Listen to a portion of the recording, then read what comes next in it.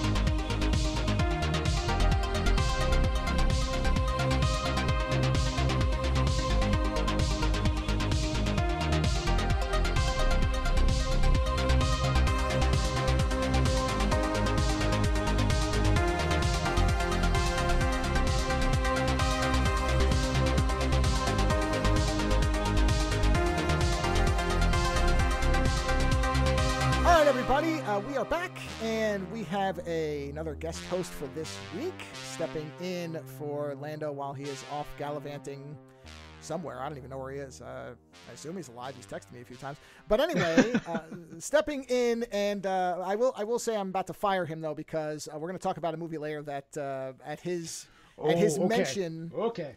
Well, we'll get to it. We'll get to it, and you'll understand why. Although I that is unfair. I actually do want to talk about this film that we're going to get to later, because it is a fascinating movie to discuss for a lot of reasons. But before we get to that, let's do our promotional segment up front before I intro our guest host. And I am so delighted that now the promotional segment is simple. Just go to supporttheshow.com and everything is there. I don't have to rattle any more addresses off. I don't have to tell you to go and find this. It's all in one place. Because somehow, as I said on the last show, some fool allowed supporttheshow.com to be available as a cheap domain, and I have ensnared it. So it is mine now. And just go to that. Yes, it's amazing, isn't it? That somebody didn't have that. I checked it as a joke just to see how much they would want for it, because I do that with domains that I just expect to be gone. Sure enough, it came up and said, would you like it? It's $14 a year. And I said, yes, sir, madam, whatever. AI, I don't care. Skynet, I will take it. Yes. So now when people say, how do I support the show? Which nobody ever says. But if they do, I can now literally fucking reply, oh, easy. You can go to supporttheshow.com and everything's there. It's so amazing. Delighted to have that. How do you let a web domain like that so many people can use, just let that go? I originally was looking for I was going to try for supportthe.show, because I thought that would be kind of clever. I knew it would be a little more expensive, but I figured I'd try it. Yeah. But I forgot to put the dot. And then I was like, oh, screw it. Let me just see how much this thing is. Because I figured it'd be like, one of those $2,000 domains, because I see those all the time. Yeah. Nope. Yeah. Came right up and said available, and I said, fuck you, available, not anymore. Bang, and it's mine. So because you have the domain poachers that just come in and grab all that shit, as soon as they see it. And it's such a logical. I mean, every single, okay, not every single. That's exaggerating. Many of the shows that all of us listen to, if you listen to podcasts, many of them say, here's how you can support the show. Those three words are used almost everywhere. So for those three words, .com to be available is Looney Tunes. Now, to anybody who doesn't get into domains and doesn't do any of this stuff, that may not seem that incredibly. I'm telling you, that's incredible. That's being available with .com. .com is the one that most people grab first. Then you get all the real .xyz and all that kind of stuff. Those tend to be more free form. You can find those. But .com is kind of the gold standard relatively, or .org, depending on what you're doing. But .com is really the one for most private or non-governmental enterprises. .com is it, baby. That's what you want. So yeah, I saw it and I grabbed it. So I have it and it works, and you can go to it. And I've tested it like 8 times to make sure somebody didn't prank me or NFT me or some weird thing. Nope, it's working. And my bank account hasn't been emptied, so I'm not the victim of a scam. Somehow I have acquired that. That's where you can go. So again, supporttheshow.com. It's all right there. Now let me intro my guest 3.5 minutes into the recording. He is a host of a couple, or co-host on a couple of different shows. Most people would best know him from Project Archivist, a friend of the show for quite a long time, Rojan, who has guest hosted and appeared on Oh, I don't even know how many episodes at this point, but you're probably usually the ones I find you. It's usually, hey, I've got this guest I want to talk to. They won't work for me, but they'll work for you. Okay, let's get, because I'm still working on a show for you right now, actually. I'm trying to get the guys on who made Disturbance in the Force on, but I haven't heard back from them yet. Look, I've had people that I haven't heard back from over a year, so it can take a while. That's no problem. But I think you're probably the person who's been back on our show the most. I would be relatively sure that you would at least be one of the top two, if not the most recurring person who's been on. So, I'm always appreciative when you say yes, which you almost always do when you have the time. So, and there are a finite number of people that I know can do. We were talking about this before we started recording, is people who understand what the podcasting setup is. A lot of people here, and they're like, oh, how hard could it be? It's just two people sitting there and talking for a couple hours. Try it. Mm-hmm. Try it with somebody for a while and try to keep it going for a while. It's not that simple, and not everybody is, I'm not going to say good, and I've never described myself as good at it, but there aren't many people who can keep that going and figure out how it works. So that's why a lot of shows, they get to about episode 50 like and they evaporate. A rhythm and a flow to conversation when you're doing podcasts. Yeah. And it's like I told you before we started, way back when I was starting podcasting, I took all of the shows that I liked, which was like You, Mysterious Universe, there was a show called The 13 Skulls, Eerie Radio, all these shows, and I'm like, well, I don't know what the hell I'm doing, so I'm going to get the equipment, and I'm going to do exactly what they do until I learn how all this stuff works, and then I'll start doing my own thing. And it's kind of like being in a band where like you're learning how to play an instrument, so you play other people's songs until you learn how to play the guitar or the drums or keyboards or whatever, and then you start writing your own music. You're like, okay, I know how this works now. And I learned the art of conversation, or the flow of conversation on podcasting, through listening to you guys, because I was listening to you guys for I think good 4 or 5 years before I decided to fire my stuff up and get it running. So it's I know it's weird and cheesy, but you and a few other people are my podcasting heroes for the most part. I know that kind of probably blows your mind and stuff. But the other thing is they always don't say believe never one fucking word out of your mouth, bro. God, I love having a soundboard. Holy shit, do I love having a soundboard now. I know, it's so great. Good. I haven't used mine yet. I've got one too. I use it when we're watching movies on the Cinema Labad group that I've got, but that's about it. But so we were talking beforehand about how having people on, sometimes they don't get the flow and ebb and flow of conversation. Like when you're just sitting talking with your friends and stuff, it's different. But when you're recording, you kind of have to allow time for both people to make their point and things like that. So when you're like, yeah, I need you to come on the show, I'm like, oh, this will be a piece of cake. Yeah, no problem. I could sit and talk and not have to edit and do anything, and somebody knows how to podcast and do stuff. Yeah, I'm there. No problem. Let's go. Yeah, it is a lot easier when all you really have to worry about generally is either recording your own audio or doing nothing at all. Exactly. That does take a lot of the load off when you have to actually watch everything and make sure that a meter is running and that, nothing crashes, or as happened to me the other night, my computer just went to a screensaver for no reason because I don't know what's going on with Macs and sleep settings, but they don't work right. So, every time I'm like, oh yeah, I've got it all right. It's like, no, do you? Let's find out. Shall we? Oh, fuck you. How about that? You got that right. So let's see about that. Yeah, it's fantastic. So, we had a whole, you suggested a whole slate of topics. I don't know which one you want to start with. We're going to save the movie review for the let's save that one for last. Yeah, because that's going to go for a fucking while, let me tell you. So what would you like to start with of the different options that you brought up? I'm fine with any of them in any order. It doesn't matter to me. Well, let's see here. There was another one which I wanted to bring up. I don't know if you guys have talked about the Zack Snyder not Star Wars movie or not, which was Rebel Moon. Have you watched that yet? Yes, I did a review of that. I watched part 1. Part 2 is not out yet, right? I have not seen anything. Very soon. I'm seeing the ads and stuff for it. I'll watch it. I'm going to watch it. I will watch part 2. Because I found part. Did you watch part 1? Yeah, I did, and it was okay. I didn't. I knew going into it what it was. It was supposed to be a Star Wars movie that never happened.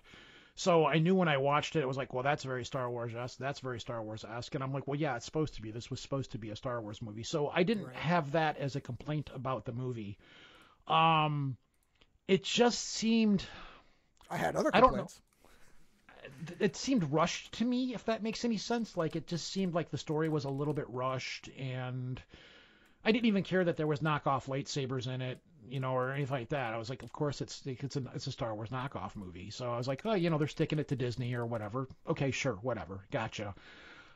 It was worth what I paid for it, which was what my subscription to Amazon is. So that's the way I look at it. I'm like, I don't know if I would have went and seen this in the movie theater, but since I'm already have Amazon Prime, it's on there. Sure, let's watch it, and maybe it'll be like a cotton candy popcorn kind of thing. It was okay, I didn't mind it, but I'm just, when part 2 comes out, I'm wondering if they're gonna like do something different with it or what have you, or, for the most part. But when you're watching it, okay, this is only part 1. There's going to be a part 2. It's kind of like when like the last Dune movies that came out, Yeah, it's definitely a setup film. As far as I remember, I was much in the same camp. I didn't expect it to be anything other than what it was, so I wasn't really let down. I don't know that I'll ever watch. I don't think I'll rewatch it before part 2 because I don't think I need to. It's such a Cliff Notes Star Wars that I remember enough that it's fine. Yeah, I think that's the way I'm about it. I thought a lot of people went a little overboard on criticizing it because partially I thought, well, have you seen a Zack Snyder film? Well, then you know what this is. I mean, what did you think it was going to be? He's not going to reinvent himself. He's never given an indication that he thinks that there's anything wrong with what he does. And that's okay. It's like Michael Bay. I don't expect Michael Bay to ever make a movie that I will find anything other than completely empty-brained. Yeah. Kevin Smith, same thing. Makes his movies the way he wants to make them. That's fine. But don't come into any of these filmmakers' movies and expect them to suddenly alter what they do. There are filmmakers who challenge themselves and try to make a lot of different films, and you know who they are because they make different genre films all the time. And then there's other people who stick to what they do. And that's not a criticism or an endorsement of either method. It's just a reality. Is if somebody hasn't said, well, with this film, I'm trying to do something different, then I don't know why anybody expects it to be different. And Zack Snyder has always been a visual filmmaker. He is clearly interested in what something looks like and how it moves visually, as opposed to coming up with a deep, inventive story. Yeah, that's his I'll whole agree thing. With that. Yeah, that's fine. I'm just saying that don't come in expecting it to suddenly be, Stalker or Solaris, the original. It's not going to be. This is not what this guy does. He's not into deep philosophical, deliberations on the nature of humanity. He wants to slow motion have muscly, oiled people throwing themselves around. And hey, that's all right. I was entertained for, 2 hours, 2.5, whatever it was. I mean, it was watchable. And I'm wondering if I think you've briefly talked about it on the show. I started this group on Facebook called Cinema Labad, and it was done completely as a lark, as a joke kind of thing, because me and a bunch of my buddies in the summertime, we would build a fire in the backyard. We have a big movie screen that we set up, and we watch bad movies in the summertime. And then it got to a point where we had watched so many movies. We're like, what have we watched at this point? Because we're probably well over 300 plus films by now. Who knows how many we've watched? So I was like, well, I'll just start a Facebook group for us and the guys, and we will post stuff up there to keep track of what we watched. Since then, that Facebook group has grown substantially. But one of the things that I've learned about watching all these movies is I've become, even though people know the kind of movies that me and you watch. I mean, I sent you the Wild World of Batwoman. Oh, boy, did I love that one. I credit you immediately on that because what a film. Batwoman Seance, man. Holy shit. Wow. That movie was all kinds of nutty. If you people haven't watched it yet, do go find it. It's on YouTube. It's free. It's only about an hour long. It's great. But since we've watched so many of these, and I've borrowed your term quite frequently, which is, I believe it's buried gems or something like that was what you said, or tarnished gems. Yeah, something like lesser films. I think I called them lesser films or something like that, but whatever it is. And I've gotten to a point now where we don't always watch bad movies, but I've gotten to a point now that since I've watched so many movies that I've become to not so much appreciate the movie, but I also take into account a filmmaker's style of movie when you're watching them. And I've noticed with Zack Snyder that it's like you said, Zack Snyder movies are pretty much almost always the same. And I'm beginning to wonder if his style and genre of filmmaking is kind of outdated now. Like when you go back and watch a Sedaris movie or any 80s action flick, like we watched one last night called Lady Terminator from 1998. Oh, I love it. I own it. I have a copy of it in DVD. Yeah. It's fantastic. But even though it's made in Malaysia, it still tries to be a very 80s style film. And I don't know if it's maybe that Snyder is holding on to a filmmaking style. Like you couldn't make a 1980s action movie in modern day and expect it to go into movie theaters and things like that, because it's a different style of movie making now. Everything's different. But Zack Snyder still holds on to a lot of what he does, and he's not really evolving as a filmmaker, if that makes any sense to you. Like you can watch it. Of course, there's the stereotypical super slow motion action sequences and stuff, but you see that in 300. You see that in the Justice League. Like you can look at this movie and go, yeah, this is a Zack Snyder movie, but there's no real evolution in story and filmmaking and stuff where, like, you have Denis, I can't pronounce his last name, Dennis Villeneuve, yeah, whatever. Yeah, like his movies, each one of them, you can tell it's one of his movies, but each movie kind of does its own thing. Like The Arrival was different than Blade Runner 2049. Dune was different than those other two movies.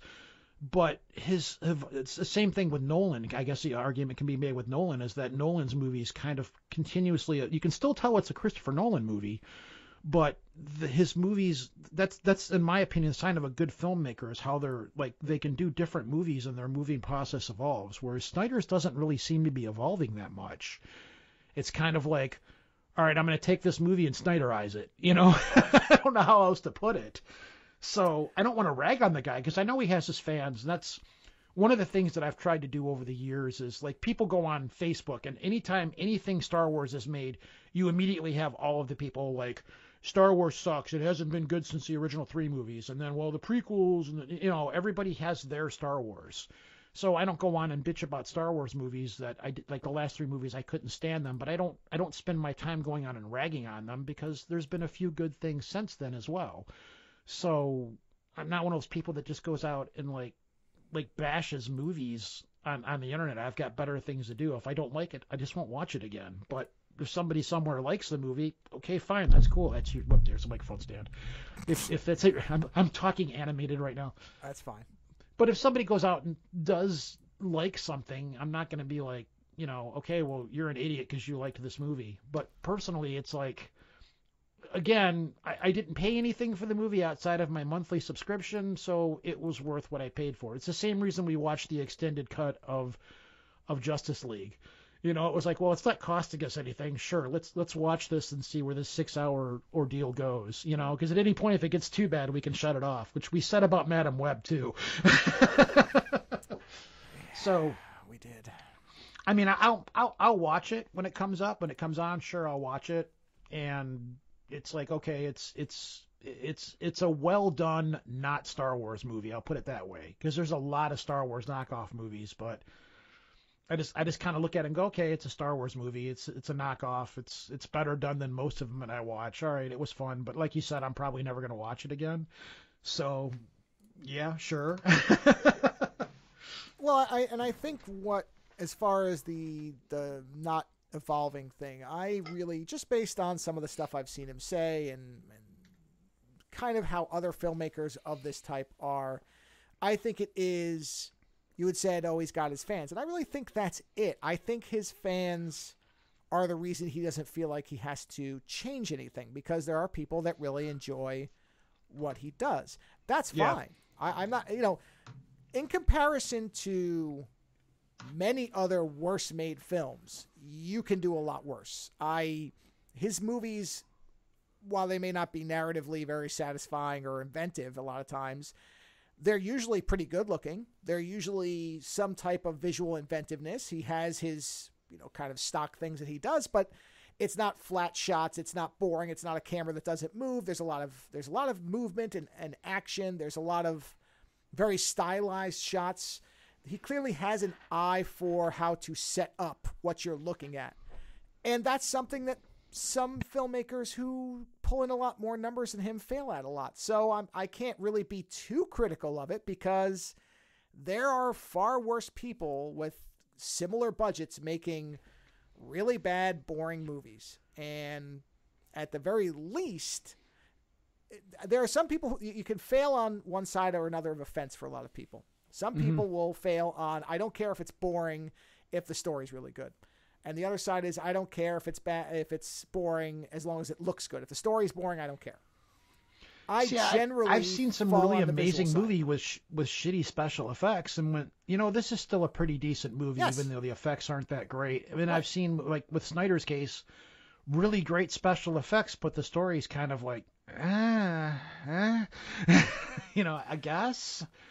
But if he's got his fans, fine, whatever, I probably have liked. I think I've said this before. I think my ratio on Zack Snyder is about 50%. Every other film I like, and every other film I never need to watch again. I don't think I've ever watched any that I thought were awful. I don't think I've seen a Zack Snyder film where I went, "Wow, that was bad." Did you see No, it's right. Did you see the Snyder's cut of Justice League? Because I was say Justice League, but Joss Whedon was the one that took over on that one. Yeah, I thought the extended version, because I'd watched the Joss Whedon one, was fine. Now, it just had a lot of filler in it. That was the only problem.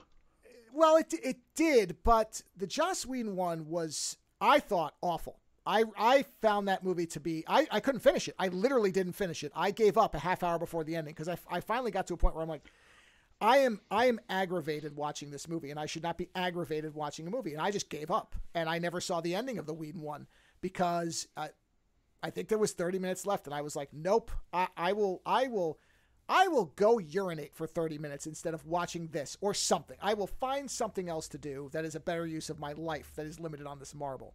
I did Justice League Extended until the flashback sequence or the future. I knew what that was, and I stopped there, and I went, you know what? That's a perfectly fine Justice League movie. I'm okay with it. It was a logical end for what Zack Snyder's movies were doing. I didn't watch Batman 5 Super. Actually, that's a good example. So Man of Steel was a good movie for people who hate Superman.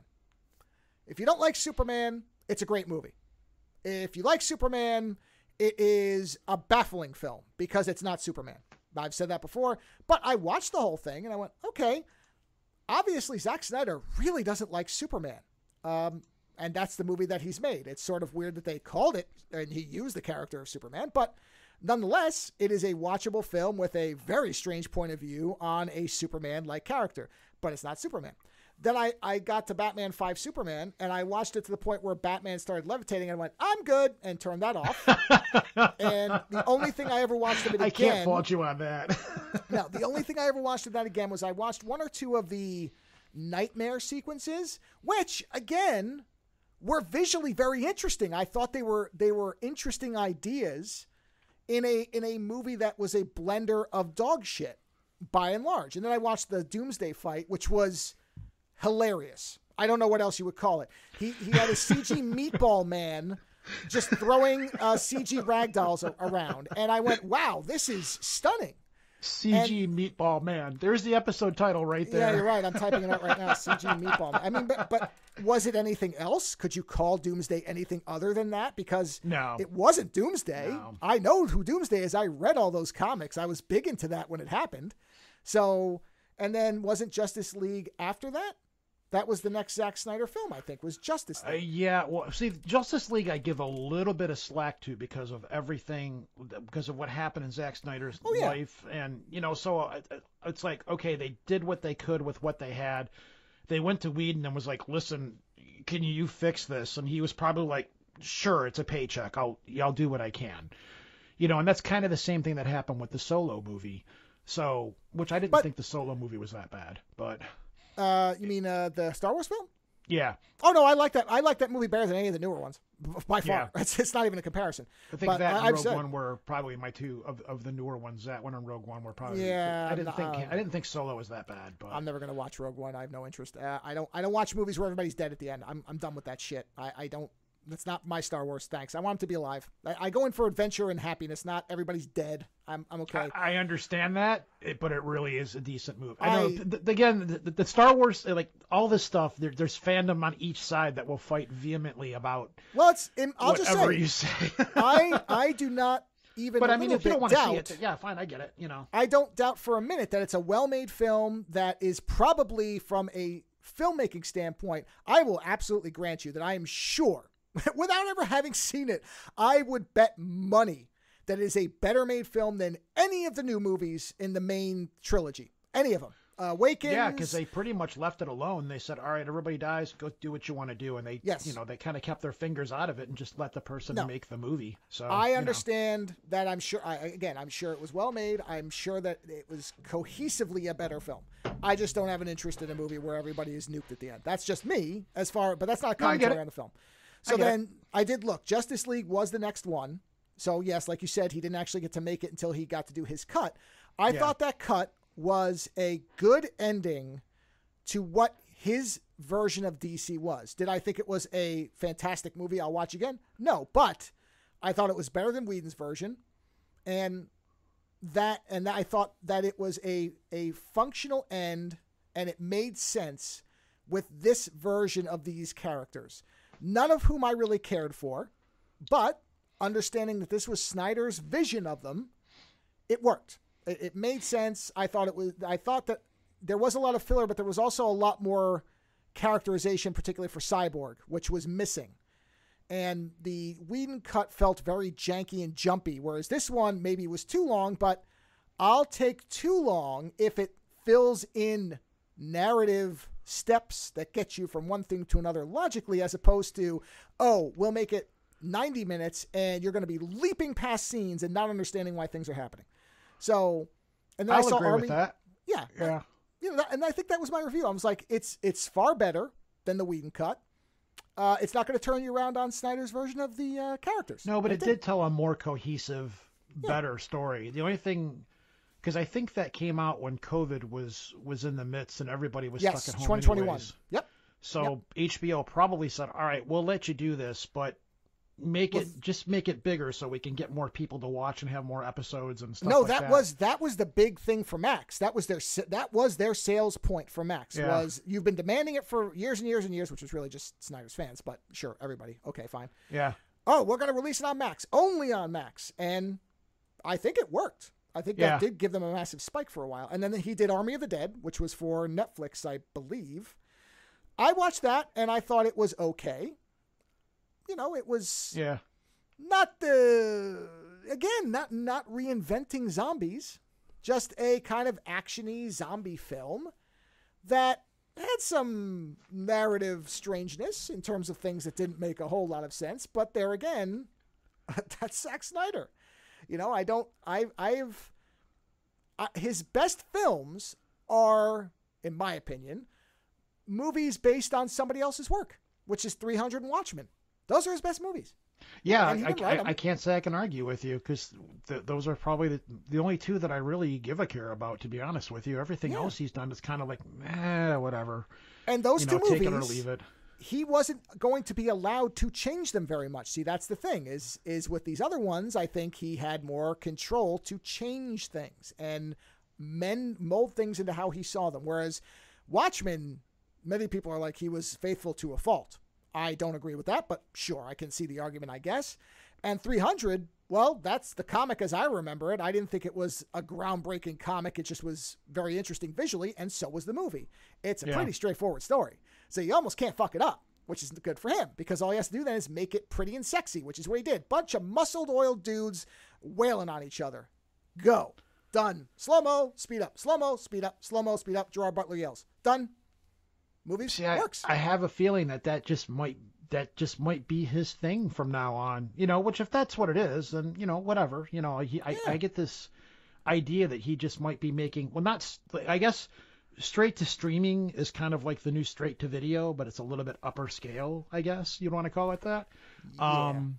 Because cinema since Disney bought Marvel and Star Wars, for the longest time, if you weren't one of those movies, you couldn't get a movie in the movie theater that anybody would pay attention to.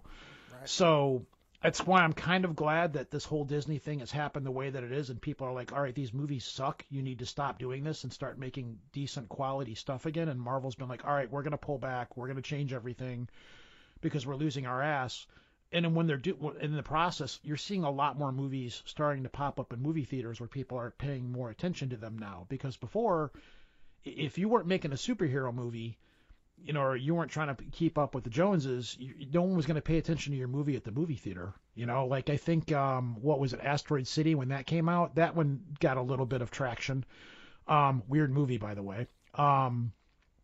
But up until then, I think The Menu is another movie that came out that actually got a little bit of traction that people paid attention to. Barbie was a big blockbuster. Barbenheimer was the big one. That was where the Oppenheimer and Barbie. Yeah. But I tend to wonder if Marvel had movies coming out, or if there was a Star Wars movie or something coming out, if those movies even would have been paid attention to. Now with the media, with Marvel, with Disney pulling back and being like, all right, we need to refocus here, it's put a lot less movies in the movie theaters that aren't those kind of movies. Like me and a buddy of mine were talking about this. One of the Cinema La Bad guys, we had went out and saw Dune 2. And Dune 2, of course, turned out to be this massive, huge success, which, great. Me and you are fans of Dune, and we're both fans of that director. But I said, this is going to be one of those movies that's going to change everything, because every time a substantial movie comes along that generates that much hype and is very different in its filmmaking style. Like you saw this happen with The Matrix. When The Matrix came out, everybody was like, okay, we got to make movies with bullet time, or we got to do this, or we got to do that. Star Wars was one of those movies that changed how movies were made. So now that Dune came out and it was super popular, I can just see the people in the movie studios, the executives sitting in their boardroom, smoking their cigars, salivating, going, okay, we need to capitalize. Like Harry Potter. When Harry Potter broke big, everybody was like, go out and buy all of these books from young adult authors. And then you saw Twilight, and you saw Percy Jackson, and you saw any young adult author that was out there had their books bought and turned into movies, and a lot of them were shit. Oh god, what was the dragon one? I can't remember what the hell it was called. The guy that wrote it at the time was like 16 years old or something like that. Not How to Train Your Dragon. No. It was when it came out, it was way different than the book. It was incredibly watered down. Lando talked about it. Is it Aragon or something like that? Yeah, I think you're right. I think it's Aragon. Yeah, I think it is. I'm pretty sure it is Aragon with like an E. And it wasn't a bad book, but when the movie came out, it was like, this is incredibly fucking generic. There's nothing Aragon. in this movie. Yeah, that's it. Yeah. And it was a cool book. And then when the movie comes out, it's like, all right, there's no dwarves. These are just regular people. It was incredibly homogenized. So, well, in fairness, that's always been movie making. I mean, that's, there is always the copy the trend thing. So you're right. There's going to be some attempt to make another, I don't know, grand political science fiction opera, I guess. Yeah. I don't know what else to call it, really. So I'm wondering what's going to happen with Dune, with movies like Dune, or how the industry is going to try to copy it, because nobody wants to take a risk anymore. It's too much money. Well, that's what I think will stop it is the expense. I think it's ultimately that a lot of these places are not going to want to spend. So you may see some, I guess, broke-ass versions of them. Maybe you might see somebody try to make a cheaper version. I don't even know what that would look like, but I think that might be the thing that stops the copycatting that we used to see, is simply that there's not going to be as much money put into these films. And what will end up probably happening, if I had to guess, is that the only movies that will be made are going to be made by people who just take whatever paycheck they can, but aren't really making the best version of the movie, and that will very quickly bomb and it'll be over with. So kind of the same thing that's always happened, more or less, is only the people who don't have the artistic integrity to say, no, this is what this is going to cost to make this movie. I can't make this movie for $50. You're not going to make a Dune analog for, no, $2 but million. Somebody will. So there's going to be a Sedaris-like person who's going to come along and say, you know what? Sure, I'll make you a sci-fi movie within this budget. And the only way it would work is if it is some kind of like junky, midnight movie style thing where, but the odds of that are so low. So no, it'll be the same copycat cycle where much of it'll be, as you said, junk. Mm-hmm. And then it'll fade off, and then Dune Part 3 will come out, and there'll be another small surge of interest in doing this thing again, and it'll, I'm wondering how Dune 3 is going to work, because Messiah, of those 3 books, Messiah was kind of the most boring one. I don't think there's any big epic battles in it. I think the craziest thing that happens is his sister goes berserk, and You know, it's not like I didn't think Dune Part 1 was boring as hell. So I have not watched that since I watched it the first time, and I don't remember much of it. You didn't like Part 1, huh? It is an extraordinarily good adaptation of part of the first Dune book. No doubt about it. In comparison to almost every other version of Dune I've seen, and I've seen, as far as I know, all of them that were ever released, it is even the Sci-Fi Channel one. Yeah, I've seen all those, and don't get me wrong, those were far better in terms of taking the material and putting it into the series. No, we tried to go back and rewatch Children of Dune, and it just does not hold up anymore. You watch the special effects and stuff in it are like, did they use an Unreal Engine to do this? Yeah, no, that's the problem, is that Sci-Fi Channel did not have the resources to do what they were saying they were going to do. They could not actually make that work the way it should have been done. But as far as adapting the material, they put a lot more into it than certainly any of the ones that really had been attempted. Well, yeah, before. they're a miniseries, that's why. But I think I think in the sci-fi one, they took Dune Messiah and Children of Dune and combined them together. Yes, they tried to meld them, which, can work. You can do those things. I on the last show, I talked about Three Body Problem, which, as far as I understand, adapts part 1.5. So it's the first and some of the second book in that first 8 episodes. Mm-hmm. And from what I've read of what the plot is, it makes sense. It works. You can, they changed some things. There were characters who were alive in the book that died in this, or in the series. Sorry about the spoiler, I guess, but I'm trying to be vague. Mm-hmm. And maybe purists would be upset about that, but I didn't sense anything weird about it narratively. So you can meld and remix and amalgamate characters because, Dune's a big book with a big bunch of people in it. It's a lot of people.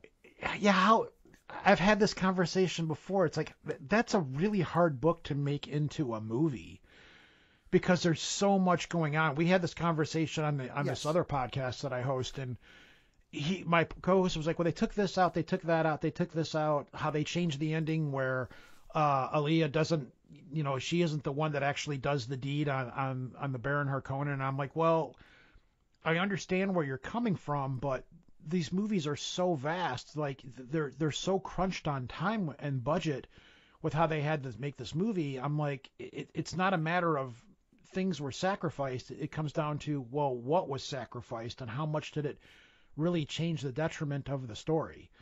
Whereas her not killing the Baron Harkonnen, does it really change the story that much? It probably will a little bit when Messiah comes, but I don't think it'll be that big of a deal. They can work around it.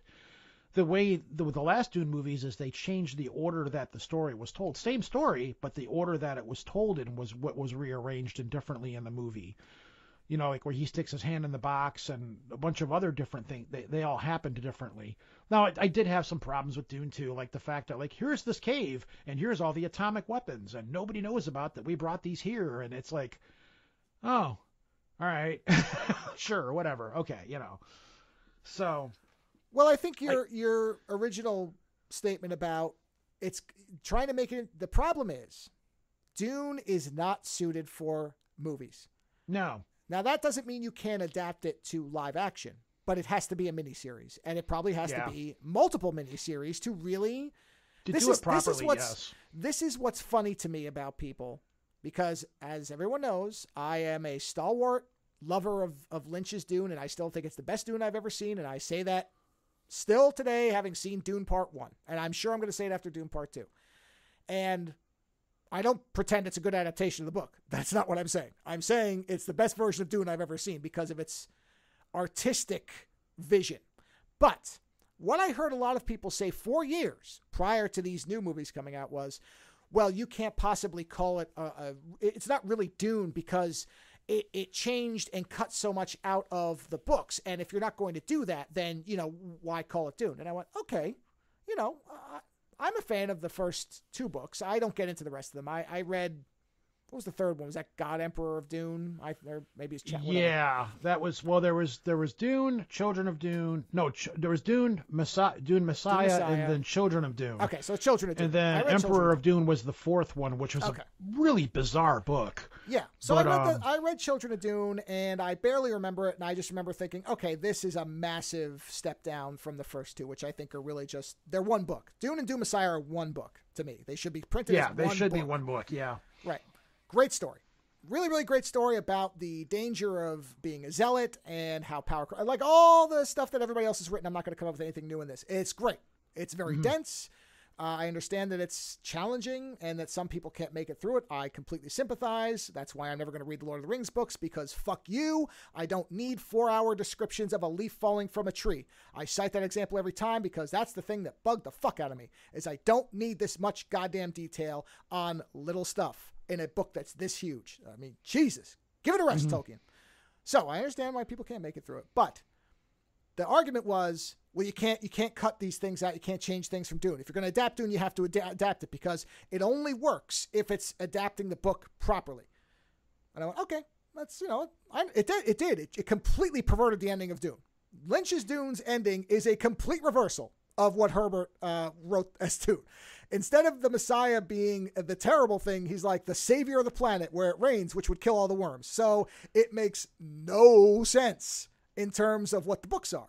So I went, okay, I understand that criticism, and if you're a purist and you really love the books that much, I can understand why you just can't get behind Lynch's thing, even if you get past all the weirdness and the warts on the Baron and all that stuff, and him screaming and floating around, which I think is adorable, but other people get all hot and bothered about. That's fine.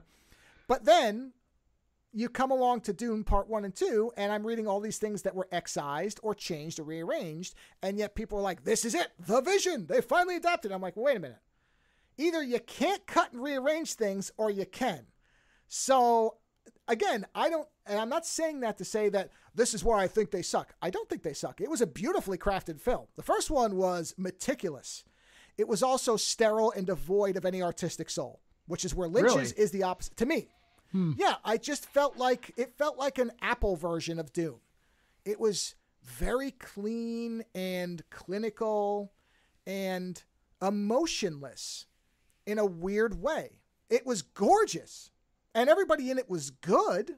I can't complain about any particular element of the filmmaking. It is a magnificently crafted film from a technical perspective, but I had no reaction to it. I just watched it and I felt nothing. And when I got to the end, I went, huh, okay. Well, that was largely the book, and And then I forgot about it. And I honestly could not remember right now more than a handful of scenes from it. Whereas Lynch's movie, I rewatch every year. And even people that I know that don't really understand the story, they remember what they felt watching it. And that's the difference. And it's hard to explain that difference. And again, that's not for me trying to convince anybody that they shouldn't like one and they should like the other. But for me, what Lynch did with Dune wasn't really adapting Dune, but he was taking concepts and he was injecting them with his particular view of the world, which is fucking warped, and I'm fucking warped. So I was going to say those movies were made for different kinds weirdos. Of people. Yes. Yeah. So and that's what whereas I am. with so these movies, I think they were it. trying. That's one of the things I brought up with my buddy. I was like, I think they're trying to make this more accessible to as many people as possible, because it costs so much to make it. They want to make as much money as they can off of these movies. And if they get too trippy, because I remember going to the movie theater when I was a little kid and seeing Dune at the theater and them handing me a pamphlet on the way in. Yes. And I'm looking at it like, this is a damn encyclopedia. Do I have to read this to be able to enjoy? Because I hadn't read the books yet. And I'm like, do I have to read this to be able to enjoy this movie? And that was a little off-putting. Well, I'll say this. I will say this about I'll say this about Lynch's Dune first, and then I'll talk about the DV Dune. Lynch's Dune, the mistake there, I think, was and I understand that this is the nature of movie making. So this is the problem with Lynch in general. He is not mass market movie making guy. He is not going to make a film that is going to be a blockbuster. The Elephant Man was an aberration. It was an aberration because it just happened to be a weird subject matter that he was interested in that people generally responded to. That's why that movie worked. Every other one of his has been met with respect from weirdo art people and confusion from almost everybody else.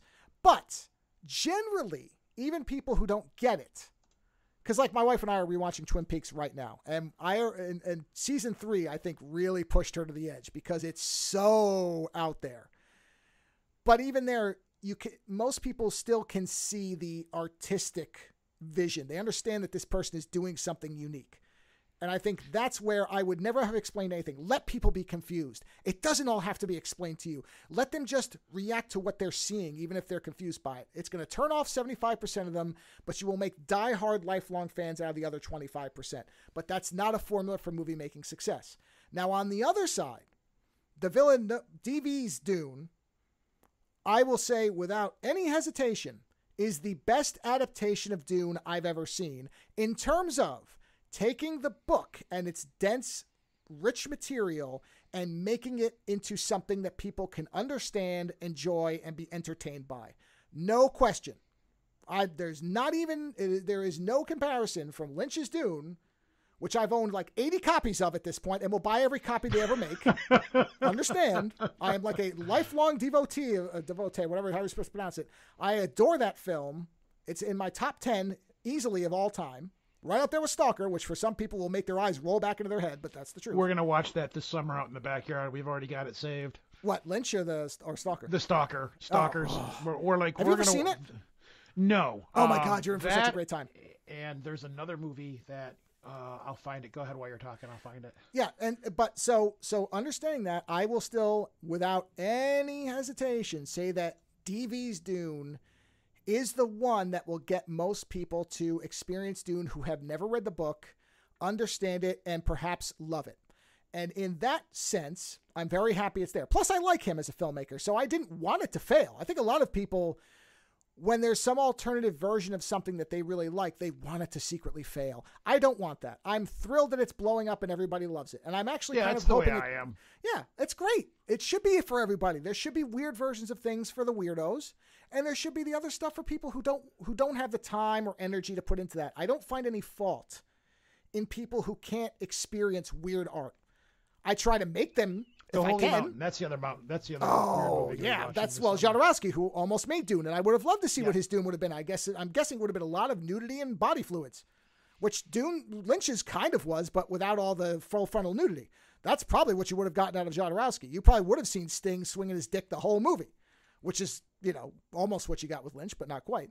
Yeah, there's been a few times where we've come close to watching Holy Mountain, and we're like, you know what? Let's save this for we're in the backyard in the summertime with the fire pit going and the movie projector on the screen in the backyard, so we can just sit down and actually digest it. Because right now we're watching movies together through Discord for the most part. Sure. And it's like, this looks like a movie that needs to be savored in its own way. Yeah, Holy Mountain and El Topo are really interesting films. I don't know that I've watched Holy Mountain twice. I've watched El Topo once. Never even heard of El Topo. I'm going to look that one up. Oh, yeah. Look that one up. Look that one up. That is generally seen as the other masterpiece by, I think it's supposed to be actually Jodorowsky. I think I'm mispronouncing it. Usually it's Holy Mountain and El Topo get held up as the two great examples of his Mexican acid Western film. That's it. Yep. That's it. And this sounds right up our alley. Oh, it's great. Yeah. It's great. But I don't think I'll ever need to watch them again. Yet they're largely burned into my mind because I don't know anything else like them. They're not really enjoyable to me, but they are a wonderful representation of somebody's view of a part of his world. And I have such respect for that, to be able to just make that and not care whether anybody thinks that they can get into it or not. I don't think every single movie everybody watches should be completely indecipherable and make you have to really think hard, but I think there's a place for that. And when somebody does it well, I have a lot of respect for it, and I will try to get other people to experience it, if not love it. And that's kind of how I look at something like Lynch's Dune. It's not going to be for everybody, but the one thing I don't like about the popular opinion of that movie, that it's so bad, is that it will stop people from ever watching it. And I always think that's a negative. There's very few movies that I actively tell people, don't watch this. And that's only if I feel like they're insulting. They're insulting to people's intelligence. There's very few of those movies. So you would say you would tell people do not watch Madam Web is where you're going with it. No, actually, I would tell certain. Do you just want to go right into Madam Web? Sure. Sure. No, we can jump. No, we can jump into that because I actually would not call it a bad movie. I would call it a study in bafflingly weird decision making because it's too. And this is going to sound weird once we start talking about it. It's too well made for me to call it a bad movie. It doesn't look crappy enough. I can't disagree with you because when we sat down to watch it, we're like, you know what? Let's just watch this as though we're watching a B movie, or a badly made B movie, and that was the only way I could get my buddy to watch it. And then I had watched half of it, and then we went back and rewatched the entire thing with my buddy, and we ended up watching it in two halves. There was no way we could make it through in one night. We're like, we just can't finish this tonight. Well. And I'm like, no, we're not going to let this movie defeat us. Of all the movies we've watched, of all the bad movies we watched, I'm like, I'm not going to let this movie defeat us. So we went back and finished it the next night. But you're right. We couldn't even enjoy it as a bad movie. We just couldn't do it. No, it's fascinating because let's start off just so we set the scene. Because there are people, I actually was talking to somebody who'd never even heard of this movie, which is kind of funny to me because I thought it had such a reputation that everybody's at least heard of it. But let's start off with the character of Madam Web. Now, do you know that character at all? I vaguely remember reading the comic books, and I was like, this doesn't really have anything of any real significance to add to the whole Spider-Man world. And then when they said, we're going to make Madam Web as a movie, it's kind of like, okay, maybe they're going to do something different with it. But for anyone who doesn't know the character, and even if you're into Spider-Man comics, you might not, because this is not a central Spider-Man character. Now, it's a horribly obscure character. Yeah, it's from the 70s, which makes sense because a lot of acid or drugs will create a character like this as something you put in a comic book. The character, as traditionally depicted, is an elderly woman who is blind, paralyzed, so she cannot move.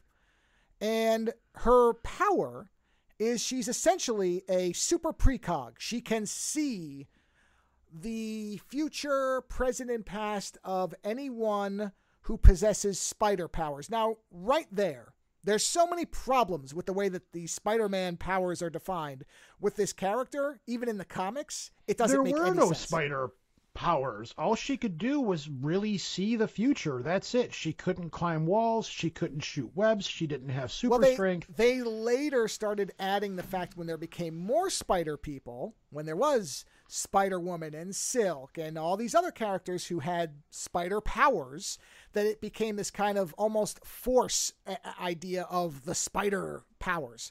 So they've changed it. But even in the modern incarnation where all that is true, where there is this web that she can control and weave, and, she's like the architect of spider people. Even in that, who says, let's make this the lead of a film? It's incomprehensibly weird. Not even and the stupid, other thing, weird. It had zero direct references to Spider-Man other than Ben Parker. And the thing that, the one thing that I started cackling, I didn't know how else to respond to it, was the phrase, when you achieve great power, responsibility will come. I have that clip. We will hear it. We will all hear it. I stole your thunder. No, you are right, because it is so obvious that they are trying to say, with great power comes great responsibility. But of course, that's a trademarked, I believe, phrase that would cause Marvel to say, no. You're allowed to use everything but these things, not that.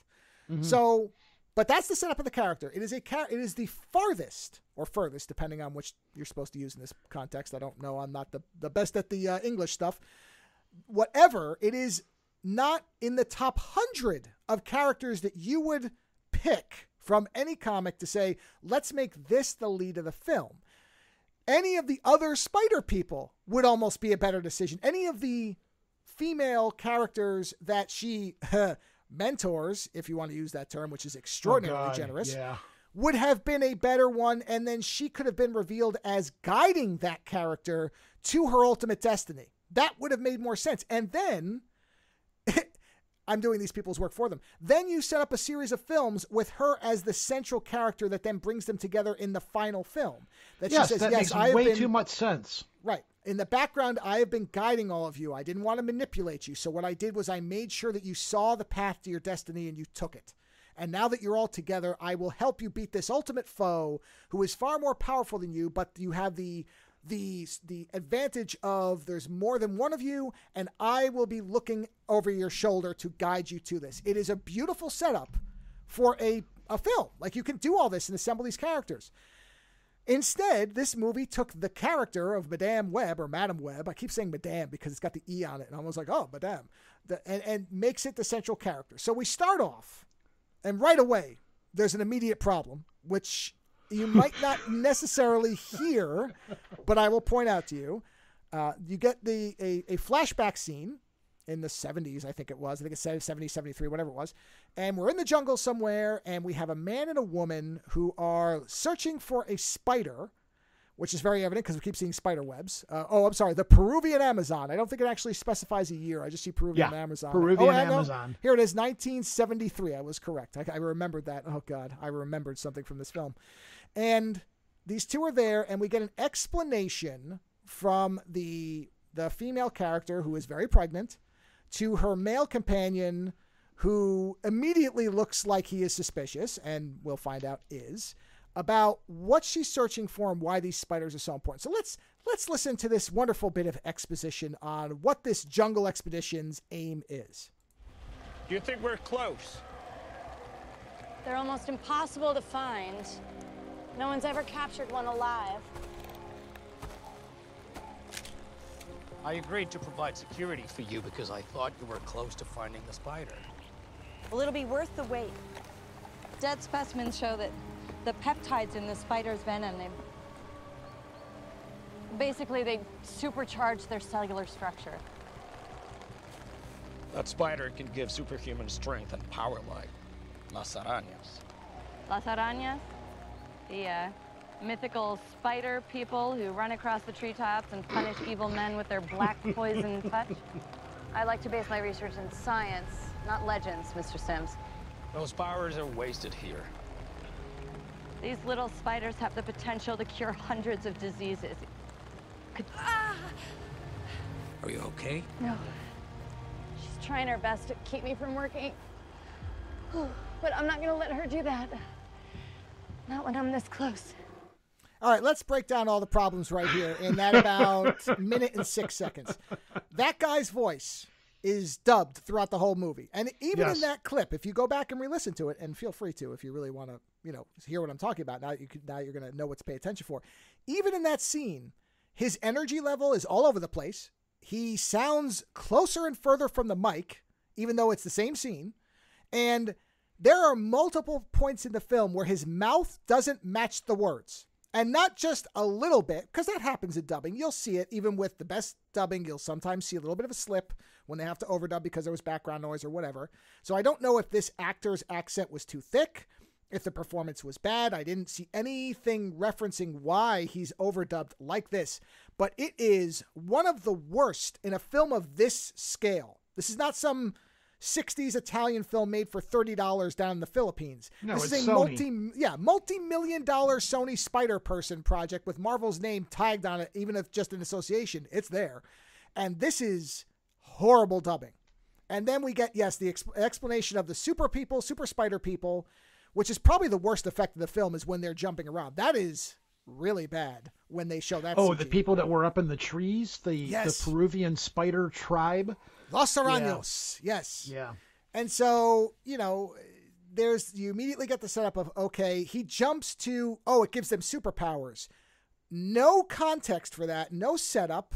Okay, it's mythology, but he's saying it as if it's fact. These spiders will give people superpowers, not, are these spiders in the myths, they say they can grant superpowers. He's like, no. These spiders, superpowers, baby, baked right in. Let's get one. And so, of course, what ends up happening is they basically pull a Batman where or I guess, Uncle Ben, whatever, where she finds the CG spider, which doesn't look that bad, to be honest. It looks fine as a little CG spider. It looks believable enough, except it's very, very brightly colored because, of course, it's a super spider. And this guy wastes everybody in the camp, shoots her, and then the spider people show up. Now, the thing I love best about the spider people is they look like they should be out of a sequel to The Descent. They look like somebody just exploded a pregnant woman all over them. They're covered in red. I don't know what it is. Mud? They look like vine. It looked like a tribe of natives tried to make a Spider-Man costume. Well, yes, they were supposed to look like Spider. They were supposed to look like Spider-Man, which is another they have Spider person. I'm sorry.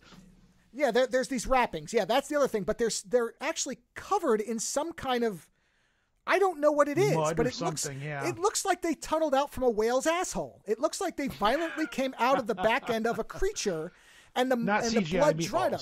Yeah, no, they're actual people, at least as far as we can tell. I'm pretty sure these are actual people, but they look terrifying. And yet they speak English in Peru. Well, in the jungle. Yes, there is that.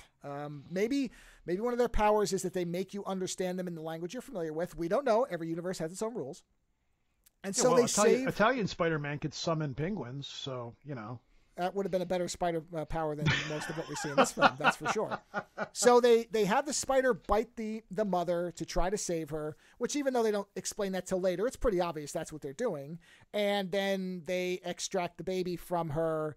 And I don't know how she then gets back to America. They just jump straight to the modern day. Yeah. And he says, we will be here for you when you have questions that need answers. Yes. And then they flash to modern day where she's driving an ambulance. And it's like, how did they get this small baby child, this tribe of people in Peru, get this child back to America? I don't, okay, sure, whatever. Okay, we'll let that one slide, but okay, whatever. Also, at no point are we ever shown, because they say, we'll be here for you. Of course, she's just born. She's not going to remember that. There's no way.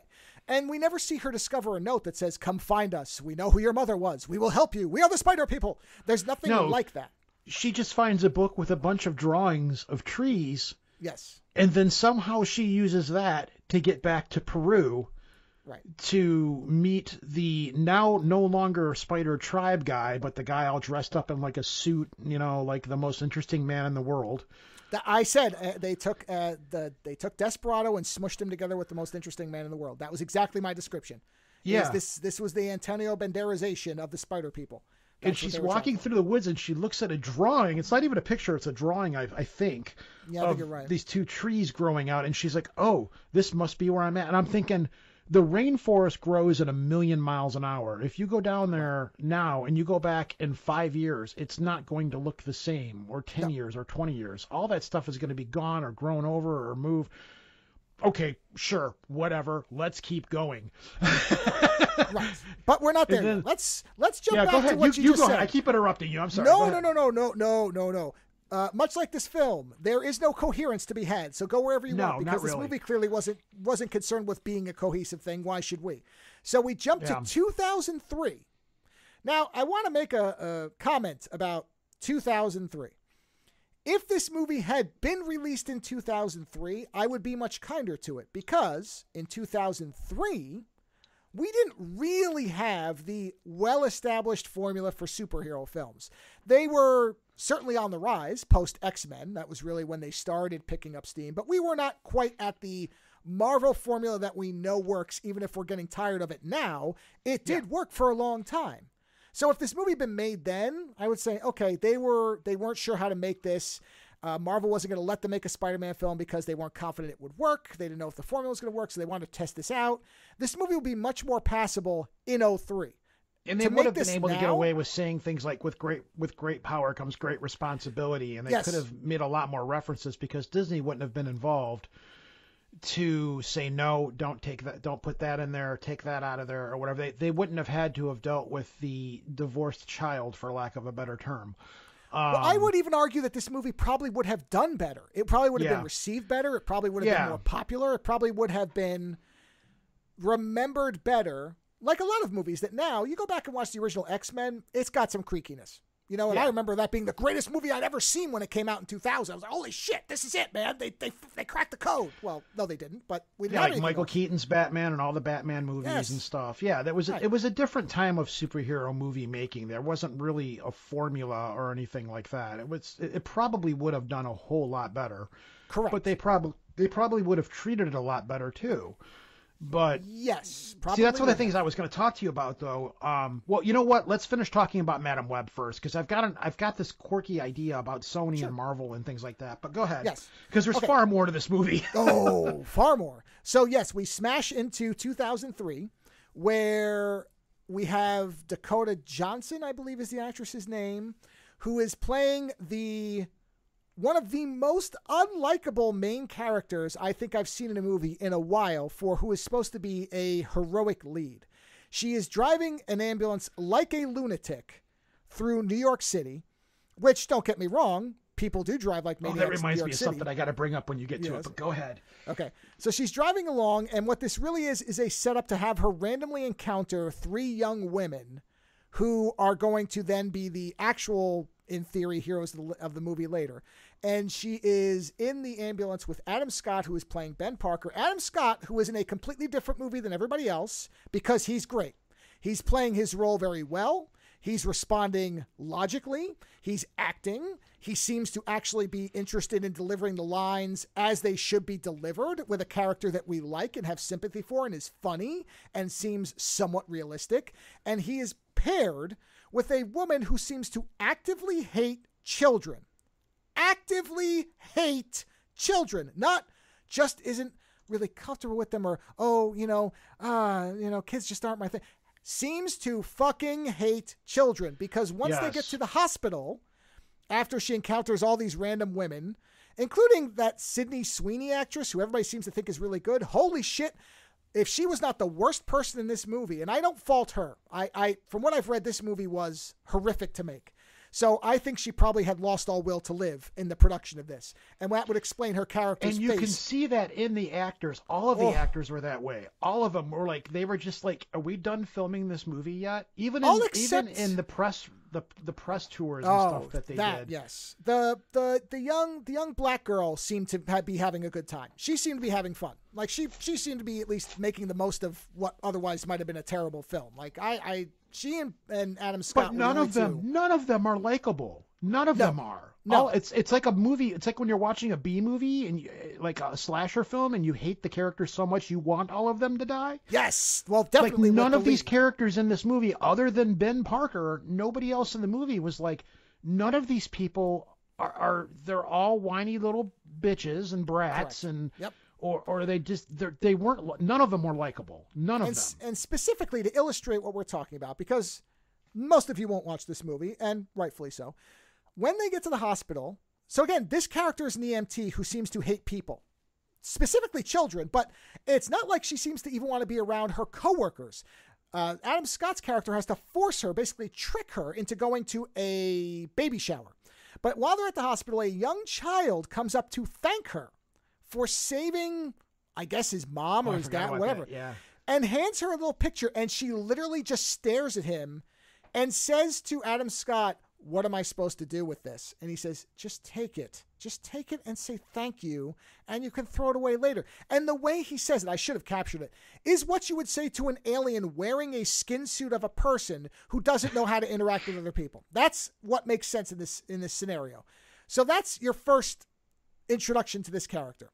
And then they expand on that by her going to the actual baby shower. And I did pull the audio from this because it is nearly unbelievable that this is the dialogue provided to a character who is going to be. I've got a bone to pick about that too, but you go ahead and play your audio. Well, let's play it, because there's a couple of wonderful pieces of dialogue in here from this character. Remember, this was scripted for the lead of your superhero film to say as a way of her interfacing with other human beings. Enjoy, everybody. Cassie Webb, thanks for having me. You're Ben's partner. I'm his sister-in-law, Mary. Nice to meet you. Ben is so excited about being an uncle. I don't know what we'd do without him, especially with Richard away. Again. Where is it this time? He's in Mumbai, Shanghai. I can't keep track. Never stops leaping around in there, and always hungry. Does it have a name? We're saving that for one of the games. Games.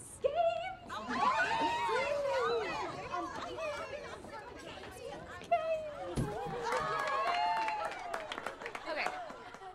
My mother always cut the crusts off my sandwiches. Chloe, is that you? Yes. My mom said the crusts would make my hair go curly. It was years before I figured that one out. Okay. Whose is this? Oh, it's mine. You must have at least one fond memory of your mother. Well, my mother actually died in childbirth. Well, but it wasn't that bad. It wasn't like, I mean, obviously it was bad. You know, she died. But I grew up totally healthy. Death in childbirth is super rare. I mean, she chose to be like way deep in the Amazon for the last month of her pregnancy, hundreds of miles away from any medical facilities. So Okay, so let's move on to the next game. Astonishing. Astonishing. Yeah. Does it have a name? And then, okay, you could just say, well, number one, don't put a blank piece of paper. Just don't play. They don't care about you, Cassie. They would have forgotten you were even there because you're such a fucking wet, damp towel of nothing. Goddamn hates everybody around you. How do you really feel? Yeah, I mean, it's just, it is, again, astonishing that this is your lead. This would be the villain in most films is, oh, this is the signal that there's something wrong with this person and they don't want to be in a room full of other people. Instead, the villain, outside of the terrible dubbing, is 8,000 times more charismatic than Cassie Webb ever is in the film. But all you would have to say is if you don't want to play the game, don't put a blank piece of paper. If they happen to notice and say, oh, Cassie, did you not put a piece of paper? You could say, well, my mother died when I was very, very young, and honestly, I just don't have that many memories. So I just didn't feel like I could really play. And you can just pass over it. Basic reading the room, anything. But instead, we get this horrible died in childbirth. Oh, it's rare. I will give the writers credit. They just draw it out too. And like, yes. It's like, all right, you've gone past the point of uncomfortableness. Now it's just becoming weird. And the other thing is, if you notice in that scene, and I could be wrong about this, I may have repressed the memory, but I don't think they ever actually said the name Peter. No. Every time they went to say the name Peter, like a horn would go off or something. Yes. It's like, why did you even bother putting that? There was no need to put it in the movie the way that they did. That's supposed to be an Easter egg for people in the know, to say to the person next to them who has no clue what the fuck is going on. Hey, you know what? That's Peter. It's Peter Parker. It's Spider-Man. No, Spider-Man. Peter Parker. Peter Parker. You got it? Peter Parker. You got it? That's honey. Peter Parker's dad. Yes, thank you, honey. Yeah. This movie had so many, I think Lando uses the term Riker moments, where Riker looked at the screen and went, it's time travel, and had to tell the audience that. This movie is so full of that. Right. So many scenes. Also in that scene, there is something that makes sense only if you know the comic book, and otherwise is even stranger with a different character. There's that segment where she says, oh, Richard's away. He's in, I don't know, Mumbai, Shanghai, somewhere. Now, if you don't know the comics, that would seem odd to you because most people, because it's implied he's in the service of some kind of service. You don't say something like that if, they're just traveling. You would know where they were. But no matter what, you would know where your spouse is in the world. That's something that, like a military veteran, where it's like, oh, they're constantly being transferred and moving around. And that will seem strange even then, because I'm pretty sure even military spouses know where their spouses are at all times. It makes sense. And you would sit there and go, what is that? And it's because in the comics, Peter Parker's parents were revealed to be spies. They were counterintelligence spies or something like that. And they weren't even dead. He thought they were dead, and then they came back, and then they died again. So again, if you don't know the comics, this movie makes no sense. It's completely incomprehensible. In the comic books, you never really cared about what happened to Peter Parker's parents. You just knew that he lived with his aunt and uncle, and they were more or less his mom and dad. You know, and it's like, it's just an accepted thing. Like, that was something they didn't need to really go into. There was no real, that added nothing to the movie other than, if it was supposed to be fan service, it was horribly done. Horribly.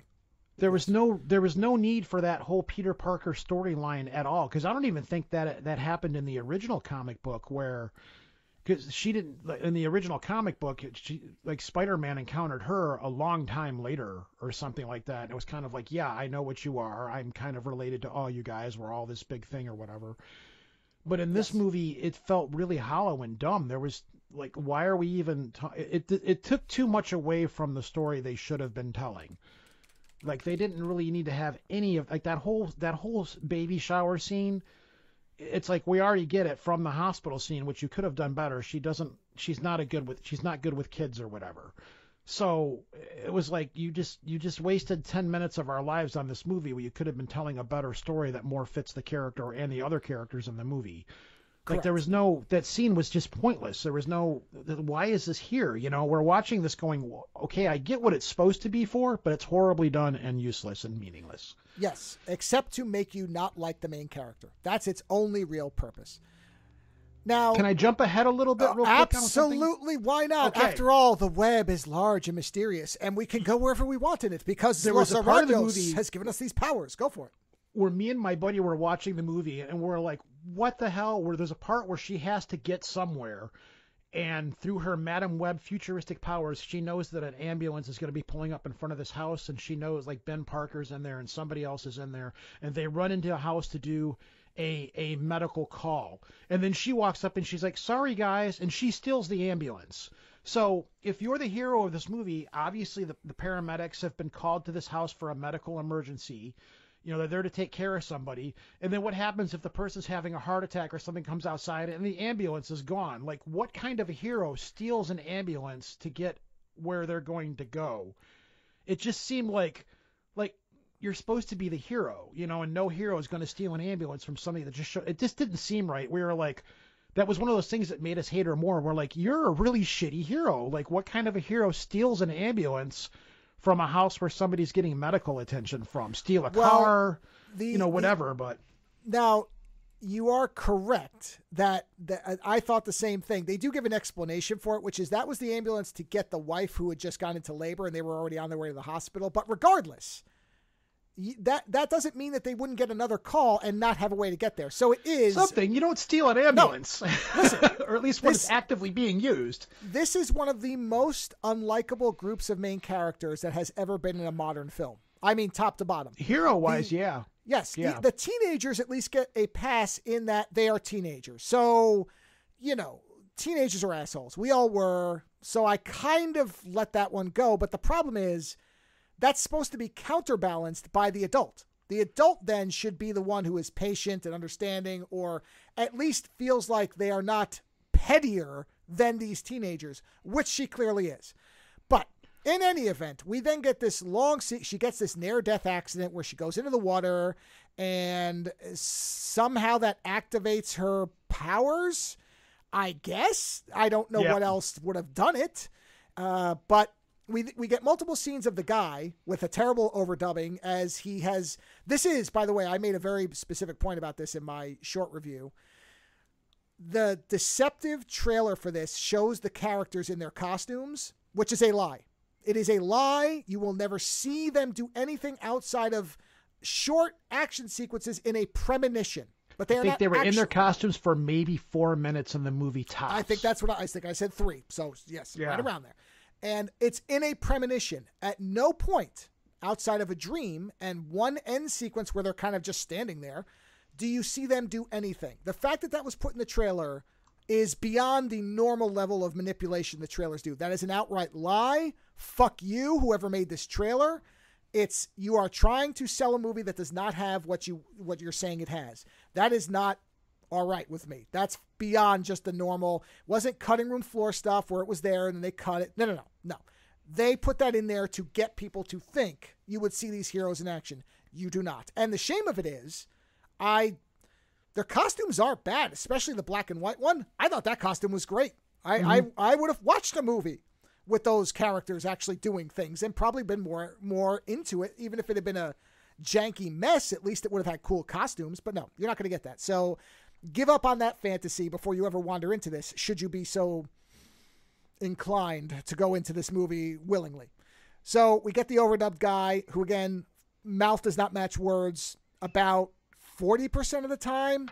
And then we get a long set of sequences showing Cassie figuring out that she has precog powers. And it's exactly what you would expect, where she's getting these deja vu sequences. And, it's one of these things where in real life, I think this is probably about how long it would take somebody to believe that what they were experiencing wasn't a brain tumor. Psychotic episode. Yes. So in terms of real life, the amount of time that has to pass for this is fine, but you don't do that in a movie because we get it. We got it. You could have done that once or twice, have her have the medical checkup, and let's move this movie forward. This movie did not need to be 2 fucking hours long. And this is why it's 2 hours long, is because there's so much unnecessary nothing.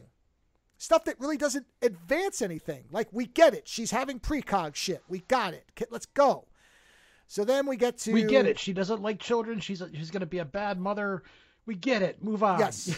Which, by the way, it is strange to me that, again, that she's an EMT and that she bothers even saving anybody. This is the type of person who would only save herself. In fact, if anything, what they should have done, advice to screenwriters, is if you're going to do this version of a character, like this, following this movie's template, let's say, without changing anything, then if you're going to be doing a spider person thing anyway, and you're going to invoke Spider-Man through surrounding elements anyhow, then what you do is you have her see one person get killed and ignore it. And then that person gets killed in front of her, like in like a purse theft or something. Like, you replicate Uncle Ben. You redo Uncle Ben, and she realizes that she can save lives using this, and she won't let this, capital W, won't let this happen ever again, all capitals, ever and again.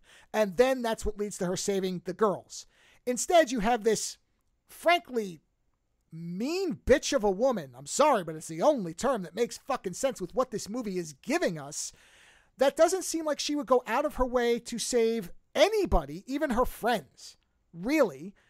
And she just now is going to randomly start protecting 3 girls against a what do they call him? Ceiling crawling guy, which I thought was hilarious. I love the fact they call him that. They described him, but they described him as a spider person. And that was really bad, because the camera like focuses on her and hangs on her for a second. She's like, and he was climbing up the walls and walking on the ceiling. He was like a spider person. Yeah.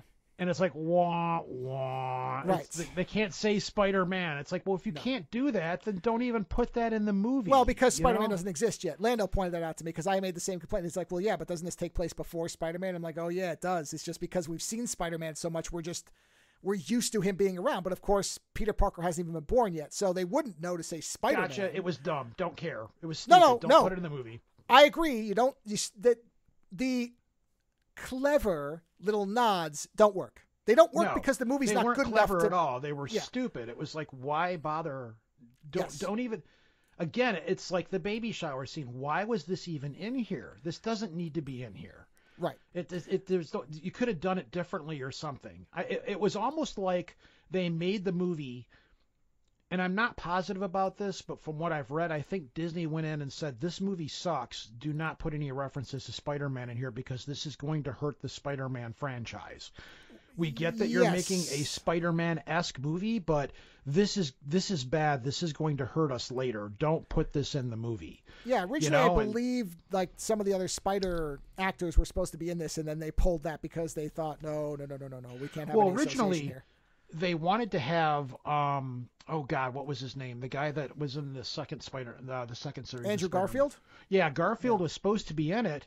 and they were all set to go, but they realized that the timelines didn't match up, so they couldn't have him in there. And then they were going to try to do something where they were going to have Tom Holland in there, and Disney was like, "Oh hell no, yeah, no." You could have done that with the multiverse thing. That would have been okay, I guess. But no, they were never going to let that happen once they started seeing this movie. It was a trailer. No way. So they really did. They wanted to have some kind of Spider-Man person in there, and the only ones that they had to deal with were Andrew Garfield and what's his name, Holland? Not Tom Holland, the other one. Or Tobey Maguire? Tobey Maguire. I don't know why I can't think right today. But okay. And Tobey Maguire, obviously, he's kind of too old. He's long in the tooth. And they should still use Tom Holland, but it should be the way that it was in the last Spider-Man movie, where he's the older mentor that, which they're talking about doing that with the Miles Morales character. And that would be a great way to use that character. It's great. Yeah, it'd be fantastic, but they couldn't have any Spider-Man in the movie. So, it was just, they just kind of did what, to me, this whole movie was an exercise in bad editing. Like you said, bad decisions. It's like, how did you do this? What else was there? Yeah, keep going. Oh, okay. I'm sure I'll do more. No, that's fine, because I will credit this movie. It has a bit of audio coming up that is one of my favorite lines that I've captured for an evergreen clip, which is after they make their escape from the subway, where we get the Sims character, who is a Spider-Man villain, except he looks nothing like this. He looks like a little monkey man, really, if you ever see pictures of the character. Yeah. I like his outfit, actually. I think it's a good outfit. It doesn't look bad. It looks like a spider villain outfit. It doesn't make the movie any good. He still sucks as a character. I do like the fact that he's never wearing shoes. That's actually something that I think was kind of clever. That, yeah, if your sense of crawling and everything is why would you wear shoes? I actually kind of like the fact that the guy's almost never got shoes on. It's just a little character quirk that I was like, oh, there's a moment of cleverness in the movie that's 98% stupid. That's actually really neat. I like the fact that this guy doesn't wear shoes. I don't know why I picked up on that right away, but I thought, oh, a good decision. Wow, look at that. And the movie goes on, so she gets the girls and semi-abducts them and is then wanted by the cops because everybody thinks that for some reason nobody sees the spider guy. I guess that was supposed to be a power of his because they mention it, but it's never specifically said as if he can be invisible because he's not in the shadows enough to explain it. So I guess it's just that they don't notice him for some reason. Yeah, but how do you not notice him when he's destroying a diner and walking on the ceiling? I have to think that it's something where they just can't perceive him. I don't know. It's never explained, and who cares? This is a movie where it's, Exactly. By the time you get to that, you've accepted 100 other things that don't make sense, so whatever.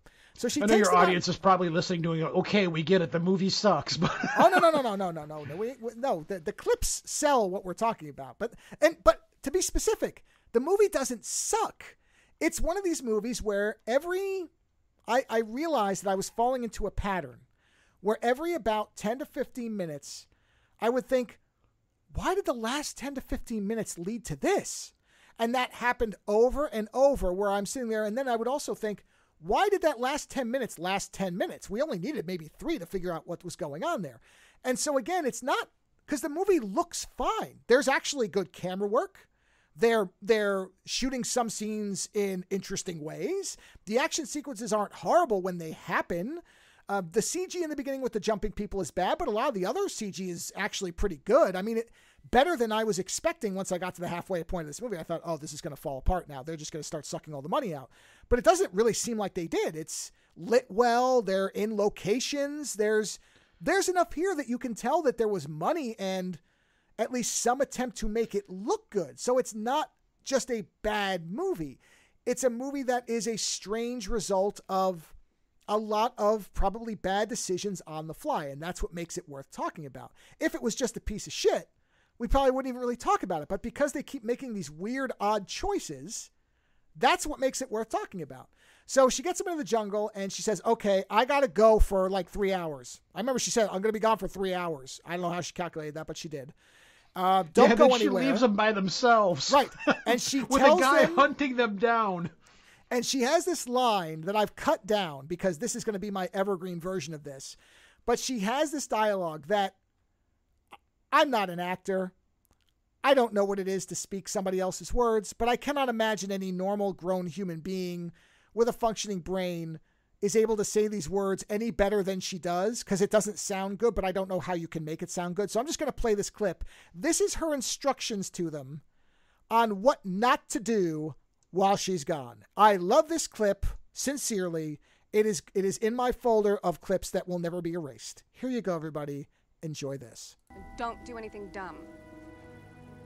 Seriously, don't do dumb things.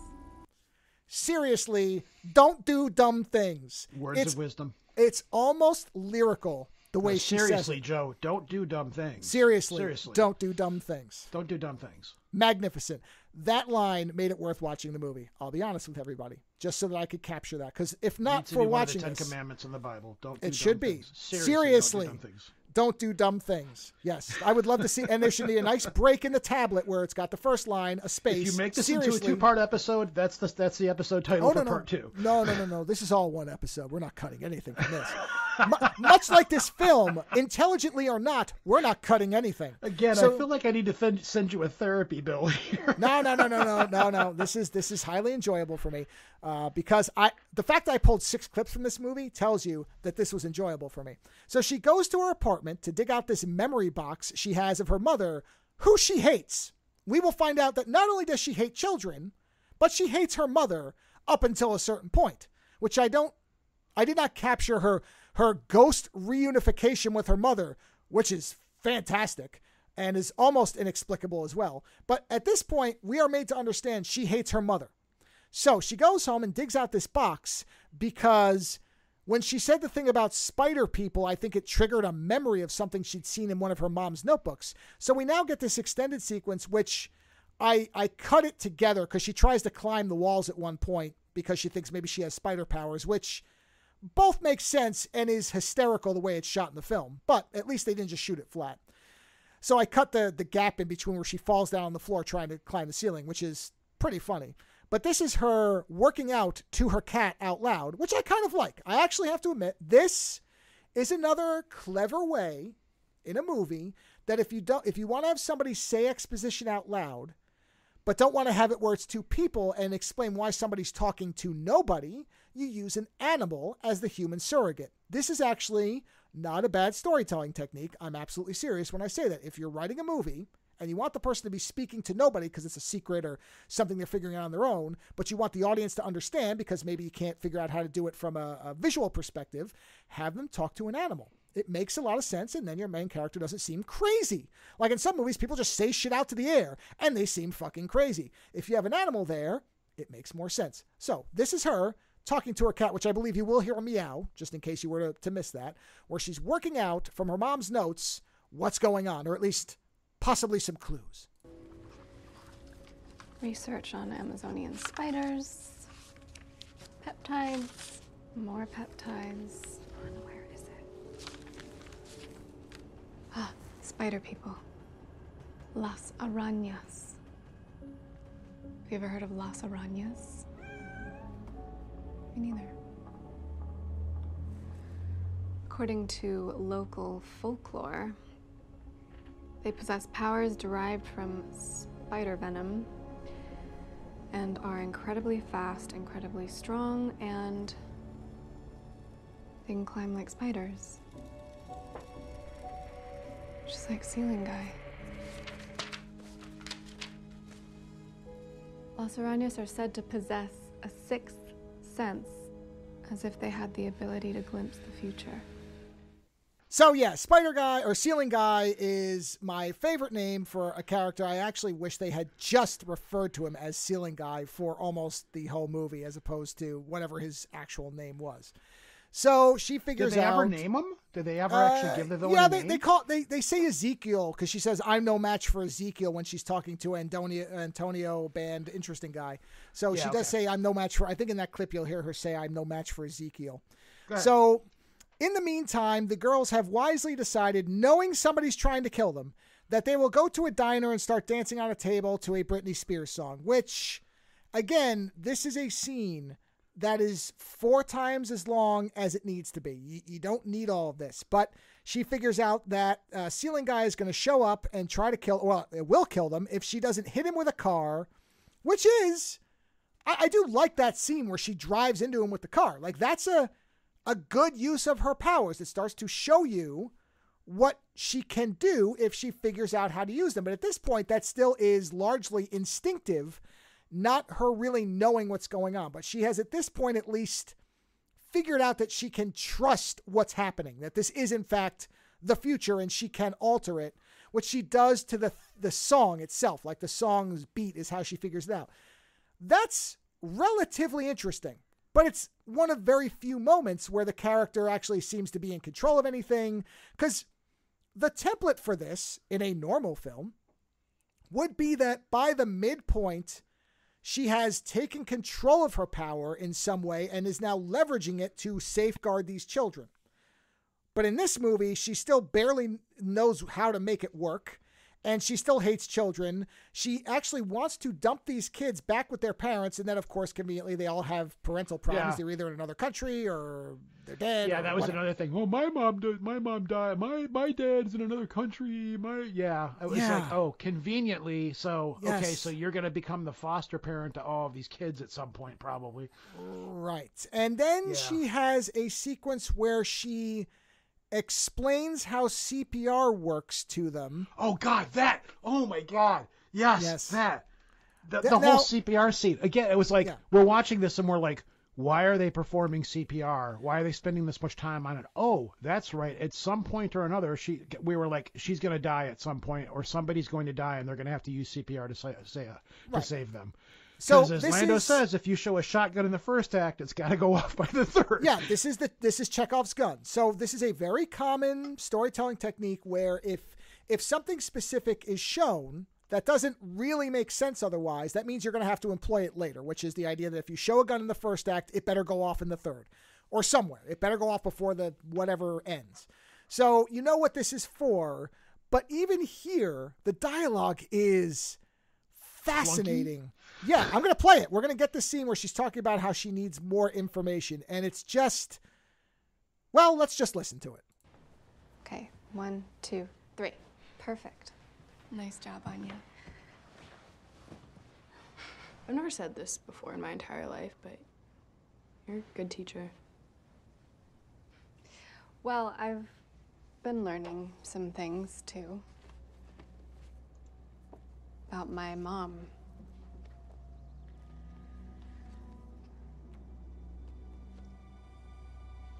Wait, so you do know this guy? My mom did, I think. That's her. She's really pretty. So this is because of you? All I know is that she was researching spiders. In her notebook, there's some stuff about a local tribe in Peru that can do, like, crazy stuff. What kind of crazy stuff? Climb like spiders. So is he one of them? I need more information. You're leaving. I have to go and figure out what is going on. How? You have to go to Peru. I'll be gone a week. I don't want to leave them, but he's out there looking for them, and they're relying on me, and I don't know how else to protect them. Okay, look, I'm staying with Mary for a few weeks while Richard's out of town. He won't find them there. But Cassie, I can't pretend to understand what's going on here. Just be careful, okay? I'll be back as soon as I can. Thank you, Ben. You didn't ask for any of this. Okay, well, neither did you. Now, again, Adam Scott acting in a different movie because his line delivery is good. He's pronouncing all of the words correctly, whereas at the beginning of the clip, if you listen to Dakota Johnson, her spacing of her sentence is weird and broken, almost as if they patched together multiple takes, but they didn't because you see her talking the whole time. And the whole interaction with, oh, you're a good teacher. Anyway, so it's so... Now, this isn't over an hour. That scene's about an hour and 15 in the movie. She has still not really become a likable or softened character at all outside of her teaching them CPR, which seems weird because she's smiling and then she instantly goes cold again. And at this point, when they say the thing about, oh, your mother's pretty and she says nothing, that's because she still hates her mother at this point. She hasn't had her ghost reunion with her yet, and has to go, as you said, to Peru with no local knowledge, doesn't seem to be able to speak the language, just goes and is able to, I guess, intuitively figure out how to find the spider people. And she finds the guy who delivered her in the opening scene. Of course, now he is not covered in whale asshole gore and ropey things. Now he looks like he's a model for Dos Equis. And he then meets up with her, and we get this exposition on, why we're waiting for you, because I guess she's the most important Los Araños of all or something. I don't know, but here he is explaining how they were waiting for her. My mom thought Los Araños were a myth. What do you think? I think she was crazy for coming here alone. She came here hoping to extract healing properties from the spiders. She thought she was being protected. By Ezekiel Sims? His motives were selfish. He used your mom to find us, but because he stole the spider, he was cursed. And he's been trying to outrun his destiny ever since.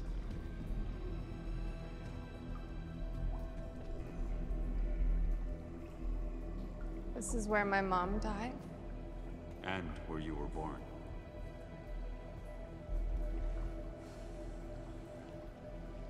I don't understand why she risked my life to come here. To see the future clearly, you have to heal the wounds of your past.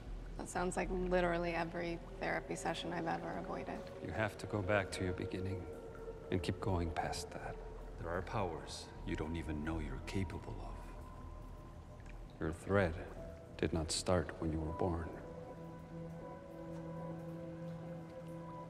Do you trust me? Not really sure at this point I have a choice. All right, couple things. First off, That's where he pulls the Doctor Strange and pushes her spirit into the pool. Yes, and I cut there because the audio would have been horrifically loud in your ears, so I stopped it there, so to spare everybody ear injury. But we're going to pick back up after the memory pool, which is what I call this scene, the memory pool scene.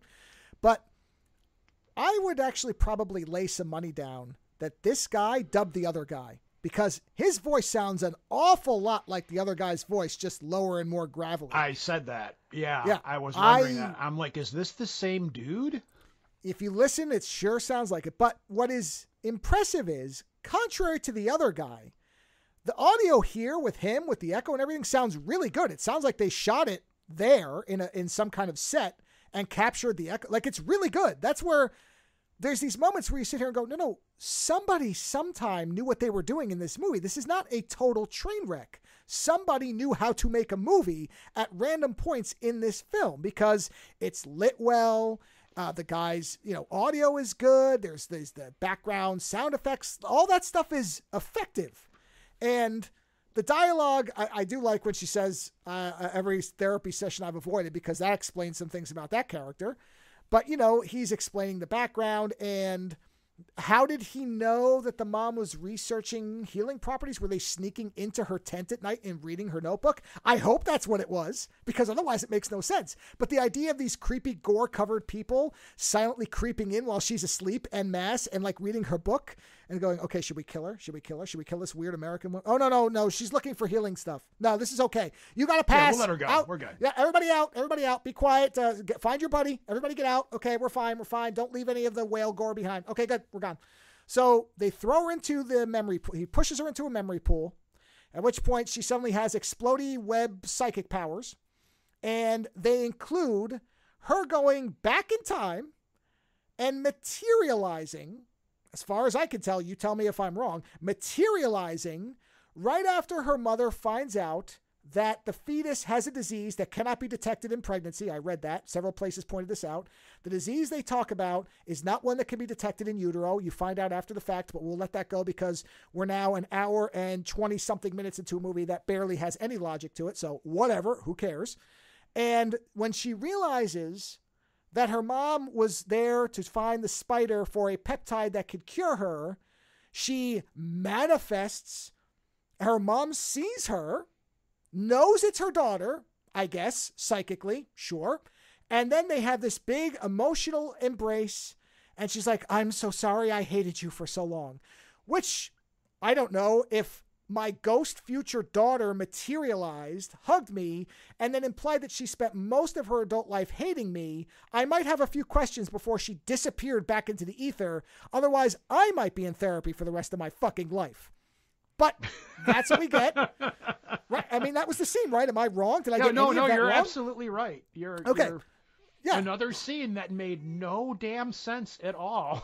No sense. So then she comes back and comes out of the pool, and this is where we get the line that you talked about very early on. That is clearly a remix of the Peter Parker responsibility line. So let's listen to how smoothly they worked that in here so that you knew exactly what it was, but thought it was a really clever way of moving some words around.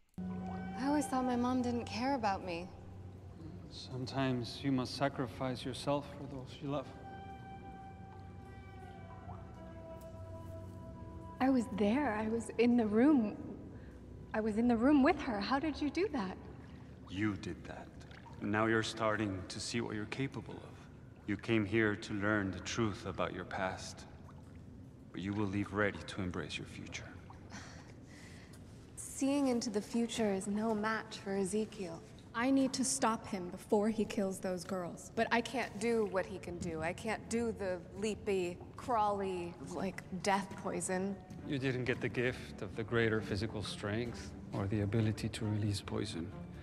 But seeing into the future is only the start. Your mind has infinite potential. If you master your power, you can use the web to be in more than one place at the same time. You are the only one who can change the future. And when you take on the responsibility, great power will come. And they say that twice in the movie, to my knowledge. Did they say it? They probably did, but it's so later on, it's so she actually clunky. like uses her powers, and you hear him in the back. I think. That could be. Says, You know what? With great power. With No, great you're right. responsibility comes great power. Yes, And it's like, on the catwalk. That again. Yeah, you're Yeah. right. That does happen again. That's right. I forgot. Yes, he does have his little secondary dialogue. But yes, apparently she... Now, this would, again, in a properly formatted film, this would be a scene where immediately the next thing we would see is her calling Ben and saying, look, I need to stay in Peru for another few days.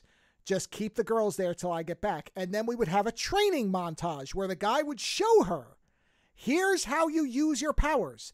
Because he drops the bomb that you have infinite potential, and when you figure out how to use your powers, you can do anything you fucking want. Have fun back in America. Bye. And then we're back. She just leaves. What? Yep. How did she? What? No manual, no cheat sheet, no VHS, or I guess at the time DVD saying what powers 101 with great power. I mean, with great responsibility comes great powers. Here's how you weave the web, and a bunch of like step 1, concentrate. Step 2, drink 3 cans of Pepsi because they paid for product placement in this film, and you'll see it everywhere. God, yes. Everywhere. Yeah. But then Pepsi didn't own that product placement. Pepsi was like, yeah, okay, we'll just forget we did that. Would you? Yeah. Yeah, it was like when McDonald's sponsored the Mac and Me movie and was like, no, we're never going to talk about this again. I don't know, but they should, because what a film. So we get a bunch of chase scenes in the city, and we end up on the rooftop of a fireworks factory where she does the whole thing where she, for a second, is in 3 places at once, but then fails at that as well, and is knocked into the water. And here again, you tell me if you know how this happened. She goes from being a normal woman who just happens to hate most of the human beings that apparently her job is to save. She dies again. And when she is brought back via CPR, she is now blind and apparently can't walk. Oh, that. Yeah. I mean, the blind thing, there was something. It happens at a fireworks factory. She gets thrown in the water, and apparently a firework shoots into the water and blows up in her face, and that's what blinds her. Is that what happened? Yeah, and I don't remember what paralyzed her, if it was a girder or something from the building that did it. But when the thing is, when they pull her out of the water, when the girl dives because she's about to die again, and then one of the spider girls jumps in the water and saves her and pulls her out. When they pull her out of the water, her eyes barely have anything on them. It doesn't look like it's scars. burned. Right. Yeah, nothing. So, I mean, I guess the flash of the fireworks supposedly blinded her, but I'm sure you're going to get to it. There are far bigger issues pertaining to that at the end of the movie. But yeah, that's apparently what happened. When the final fight, the final boss fight scene happens inside of this warehouse. I think it's a warehouse full of fireworks on the waterfront. Okay, you know what? I'm watching the scene right now, and yes, I'm watching. It's the a girder end from the scene. Pepsi sign, is what it is. Maybe that's what it was. Yeah, there's nothing that indicates why she's paralyzed, but they do show a firework that goes across her face. But because she's not scarred, I don't think I even noticed that because there's no scar tissue. She looks fine. That's what I'm saying. When they pull her out of the water, she looks fine. So, the only thing they could have, maybe it could have been handled different or something. I don't know. You know but what? I remember watching that scene, getting there's pissed going. Go ahead. Smallest bit of something on her face, but it is not. Look, yeah, I have had a firework blow up on my knee, and my knee looks like chunky hamburger where the firework hit it. And this was when I was 15, and it still don't look right. There's no way a giant firework goes across your face to the point where it blinds you, and all it looks like is that maybe you scratched yourself with your nail in 3 or 4 places. I'm just saying, This is not how human beings' bodies respond to burning. Anyway, I remember watching that scene right before she went in the water, and me and my buddy were kind of pissed. We're like, oh, so it's Highlander. Oh, it definitely is trying to be, yeah. Yeah. We're like, they're fighting on a big lit up sign that's got sparks and stuff flying everywhere. Never mind the fact that she really, other than the fact that she can see the future and knows it's going to happen, she has no superpowers where realistically, this guy would just crush all of these people with his abilities. Because that's another thing we haven't talked about yet. One of his powers, besides having super strength and Spider-Man abilities, he can't shoot webs, but his grip when he touches people poisons them and kills them. Yeah, it's like a neurotoxin or something like that.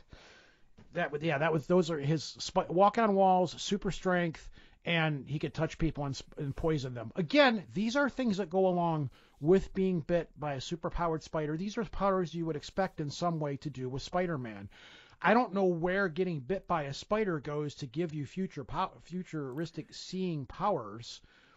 Or the only thing I conjured as an explanation, because you have to do a lot of this that in this movie. Enhanced Spidey sense? Is that where you're going?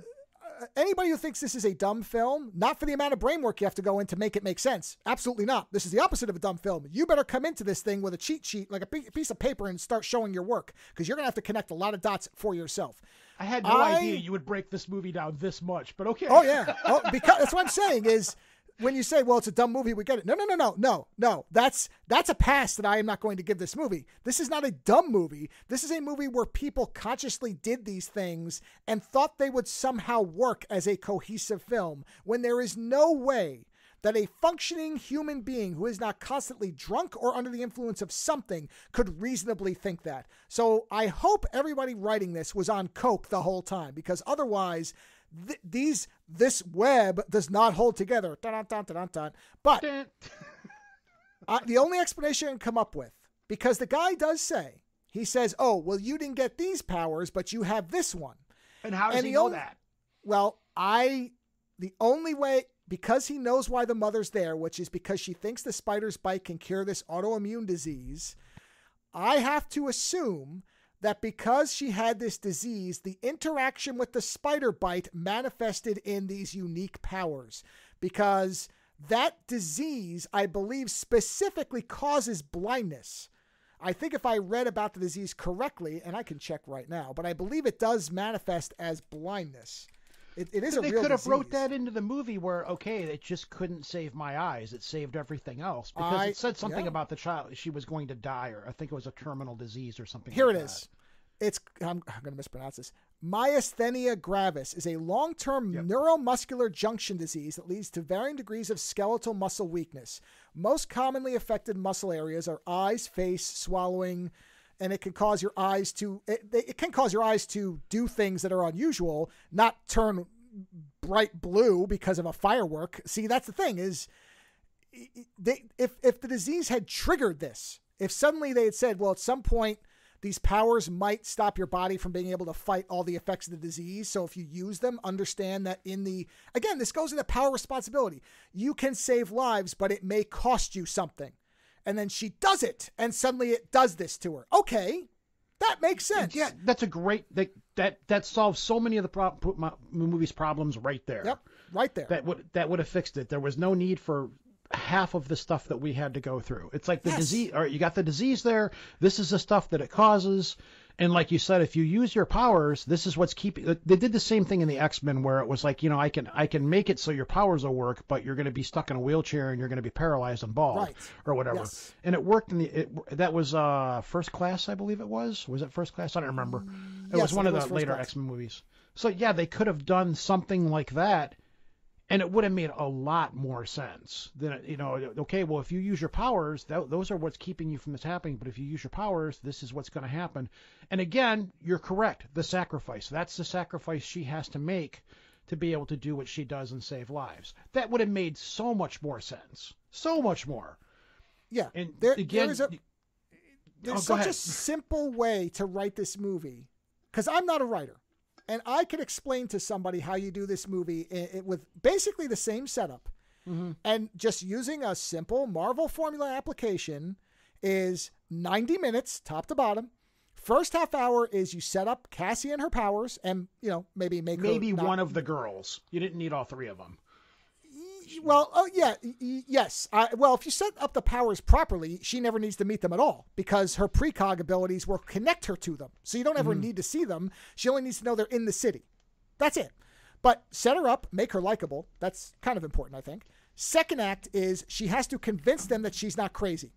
She goes to them and says, I know this stuff's happening, and she has to demonstrate it somehow. And that's maybe, the whole seeing the future, stop you from dropping your glass of water, or, you're about to die, the final destination thing. She does that for each girl. She builds the team. And then in the third act is where she guides them as they find their abilities. Because again, they never use their abilities. In that final fight, none of them do anything. She does. She starts using her kind of prediction thing to block stuff, but they're just like, which, you know what? If you're trying to build a movie around empowered women, which I think is what maybe they were aiming for, I don't think you accomplished your goal. You made all the women seem either unlikable or powerless. And that doesn't seem like the message you maybe want to be projecting. So we get this final shot where she's floating somehow, because we see her in a wheelchair with terrible sunglasses. Then we see her in her costume. Yes. Oh. With terrible sunglasses. And then we see the three of them, and their costumes are pretty cool. I actually like the young women's costumes look good. And yet we never get They to all see look them. really good Spider Women. But yes. You see them very briefly, I think in the middle of the film, very, very quickly, where they're supposed to be killing off the most interesting guy in the world. And then you see them at the end, like climbing on buildings and stuff like that. Right. And then that whole end sequence, did that just not feel shooed in? Like, she's sitting in this really shitty, she's got these glasses. We're watching the movie and I'm like, holy shit, she's blind. I'm like, they're going to give her a really stupid wheelchair and they're going to give her some really stupid glasses. I'm telling you, they're going to do it. And then they show it and I'm like, oh my, we were just laughing because they didn't even look cool. They just looked they looked terrible. And the costume, the wheelchair, all of it looked horrible. And even her dialogue was very stiff and robotic. And they're like, well, I don't know. Do you want to go ahead and describe it? Because you're the one that's on the tangent on here. I don't want to get in your way. No, I mean, you're exactly right. It doesn't. It's just an end scene where she's suddenly, now they're all friends. The woman comes in and says, "Oh, are you family members?" "Yes, they're all my family." Whoa. Wait a minute. You were still actively hostile to them until 20 minutes ago, and now suddenly we're all palsy. Everybody's friendly. And I mean, don't get me wrong. She did demonstrate her powers, so I don't see any reason. I understand why the girls would suddenly be friendly with her, but I guess it's a near-death experience. But it's just so, as you shoehorned, sudden, not set up properly. We don't get a lot of scenes where she's there with them and softening up. They never do that. Again, in a 2-hour film, spend 10 minutes where she's realizing that the reason that she was hostile towards children is because she never really had any experience with kids, and her only experience with parenthood was negative until she found out her mom actually loved her. Like, there's ways to do this that we've seen in other movies that have a better sense of writing. And instead, it's just all, okay, we only have 4 minutes left of film, so we need to really quickly establish you as the Professor X of the Spider Girls, and we need to show them in costume as a setup for a movie that's never going to happen. So let's just do that really quickly. Oh, what's that? Oh, we didn't get a costume for Mrs. Johnson? I don't know. There's some spandex over there, and my grandmother's glasses from when she had eye surgery 2 years ago are over there. Can you just spray paint them with like metallic red? Yeah, that's fine. Whatever. We'll blur it. It's okay. Just throw it out. So bad. It's and awful. Then they're like, so because she's still able to see the future the way like Paul Atreides is after he loses his eyes to a stone burner or whatever. Yeah, but they're like, so, you know, everything's going to be okay now. And she goes, oh yes, everything is going to be okay. I can see everything. I think they say something like, oh, can you see us? And she's like, yes. And your future is fantastic. And then it's like, da da da da, spider people, ba ba ba ba ba, and then it's just credits. But and I wish you'd have taken that dialogue and sampled it, because it's so bad. It's so like, all right, that'll do it. Cut. That's it. I think the reason I didn't is the music was so loud over it that it wasn't really clear. Even it was a badly done ending. You're right. It was the dialogue. Go look it up here for yourself, everybody, if you want to torture yourself. I really think that they had to go back and like refilm that. And at that point, the actresses were just like, we're so fucking done with this, you know, that point. Yeah. So I have some theories about this. Number one, from what I've been reading everywhere, a lot of these, like the Morbius, Kraven the Hunter, all of these movies, a lot of these actors, I don't know this for positive, but they're intimating that they were told that they were going to be part of the MCU Grand Spider. They didn't realize that Sony and Marvel were two different entities. So from what I have read and things like that, Sony was kind of like, yeah, you're going to be part of the Marvel Cinematic Universe now, and you might show up in one of these Spider-Man movies. And so we'll take this job, sure. You know, superhero movies are huge right now. Pretty much everybody at this point's been in a superhero movie of some kind or another, or a show or something. So they were like, yeah, of course we'll do this. You know, this is one of the things, and, you know, we could become famous off of this. And a lot of them don't realize that when they're doing these Sony movies, that they're not part of the MCU. They're part of this separate little pod Sony Spider-Verse. And from what I understand, Sony has to release a Spider-Man movie of some kind every so many years. I think it's every 4 years or something, to be able to keep the rights to that franchise, to be able to use those characters and be able to use that world, which is why we're seeing these movies like Morbius. Like, nobody asked for a Morbius movie, which I didn't think was that bad. The Venom movies with they're making these Spider-Man movies with no Spider-Man in them. Like, I don't know how they managed to pull off these Venom movies with no Spider-Man in it, but okay, sure. The Morbius movie, I could kind of see that one as being its own origin story of some kind or whatever. But I don't, you know, I think they just made this movie as quick as they could and did what they could with it, because, like, we have to have this movie out by this time, and if we don't have this movie out, then we lose the rights to the Spider-Verse or whatever you want to call it. Because really, the only thing that's come out of good Sony-wise, in my opinion, is Into the Spider-Verse, and that's because it's animated, and I think that's handled by a different part of the studio, so they kind of keep their hands off of that and kind of stay out of it for the most part. But the actual physical movies, I think me and you were talking to Gene St. Jean about this at one time, about how do these things happen, and there's contracts and all these other things that are involved with it, but really Sony just keeps making these movies, and I think Sony actually kind of needs Marvel to come in and say, no, you're doing this wrong, do this, do that. Like, I know the Marvel movies haven't been that great as of late, but they're still better than what that was. So they kind of need each other. Like, it's like, if they had taken this movie to Marvel and said, hey, this is bad, how do we fix this or whatever, but they don't want to involve Marvel into it because that's taking a cut of the money away or what have you. You know, Sony doesn't want to give up on this franchise, because even though that movie sucked, you know, it's still, I don't think it made its money back though, but they're still able to make money off of these movies, because from what I've learned also, like through the Internet of Things and Internet and chat and stuff, there's still a lot of people out there that don't realize that Sony and MCU are two different entities. Because I was in one group that's like, yeah, this is another horrible Marvel movie. Or I'm like, it's not a Marvel movie, it's a Sony movie. Yeah, it's got the Spider-Man characters in it, and it's got the Marvel logo on it, so it's a Marvel movie. And it's like, no, you people don't get it. And Sony's kind of capitalizing on that, in my opinion. I think that they're doing that because I know a lot of people are starting to figure it out. People are starting to put 2 and 2 together, but they're like, just make the movie. Just make the movie. We got to keep this franchise. We got to keep this. We have to hold on to this, franchise or whatever the hell it's called. IP, that's it. So I think they kind of need one another. They need to go to Marvel and be like, hey, what can we do to make these movies better? Because there's definitely a lot of, you can look at Sony and just see them making these movies and going, we're just making this for the money. We're not trying to put any kind of a story in it. Now, granted, Disney is doing the same thing, but at least Disney tries to put some heart and soul into their movies. They try to have something there. They try to have some kind of even if like the last the Marvels movie or whatever, as bad as it was, there was some kind of heart or something to it. Whereas the Sony movies, it's just like, just let's crank these out. We're just making like popcorn, cotton candy movies. Let's just crank these out as fast as we can and try to make enough money off of them. And I think it's to a point now where, like, after this Madam Web movie, like, they're probably shitting their pants about Craven, because people are going to be like, nah, we saw Madam Web, and you know how this, and like when the Star Wars movie came out, people were like, no, we're not going to go see Solo because we're in such protest about that last Star Wars movie. We're just not going to go see this movie.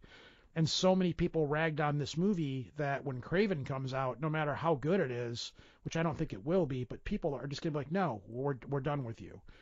And this could be what gets people to the point where Sony's just like, it's not worth us keeping this IP anymore. Or that, or they keep releasing movies just to keep the IP in spite of it. But I think they need one another, because every time that Marvel's involved with it, like the Tom Holland Spider-Man movies have all been pretty solid for the most part. At least I thought they were. But I just don't think Sony can do this on their own. Not with what the empire that Marvel Disney has created. When you're trying to do separate off to the side, it's kind of why it didn't work with the X-Men either. The X-Men eventually started to go down too, because it didn't have the same heart and everything. You can't tell stories in the same universe from 3 different perspectives, where you're not going to see Luke Skywalker walking around in Mordor, if that makes any sense. So they kind of need each other for a while. I don't know if Marvel needs Sony. I'll put it that way. But Sony, I think, does need Marvel. I don't know if Sony needs Marvel, and I'll explain why. But it requires them to do something that they're apparently unwilling to do. So, as far as I understand it, there is an agreement between Marvel and Sony where Sony can't use Spider-Man, at least not directly, without Marvel, I guess, direct. In other words, Spider-Man movies have to come from Marvel, and everything else outside of Spider-Man that's associated with Spider-Man can come from Sony. That's my understanding of the way the deal is structured. So they are cooperating. Exactly. But one side does the Spider-Man movies, which Marvel correctly has guessed, or I don't know if correctly is the right word, but based on the way Sony's doing things, they have correctly judged that having Spider-Man is all they really need. Now, if Sony was smart, which they're clearly not, instead of constantly chasing the shadow of Spider-Man, who they cannot use, based on their agreement, they can't use him. Now, Venom proved you don't need him. Venom worked. It's a weird... I love Venom. I think Venom is so off the wall. Don't get me wrong. It's not really a good movie, but it proved you don't need Spider-Man to make something that is fascinating. I enjoyed the hell out of Venom 1. They were okay. 2 was weaker because they could have done a lot more with Carnage. Yeah, they didn't want to go Carnage the rated R rating, because then you lose money, because then certain people can't get into it. They don't sell as many tickets. Also, in my opinion, Carnage is a shit villain. Carnage is not good. So I don't know that you could have done much more with a character that's basically just a psycho. But I also think that what they did with it was the worst possible version of a character that's not that great to begin with. But putting all that aside, what they can do, and this movie demonstrates that they can do it, they just don't know how to do it, is why are you chasing Spider-Man? Why are you going after Spider-Man when you can just make a female Spider-Man? They already exist. Silk is there. Spider-Woman is there.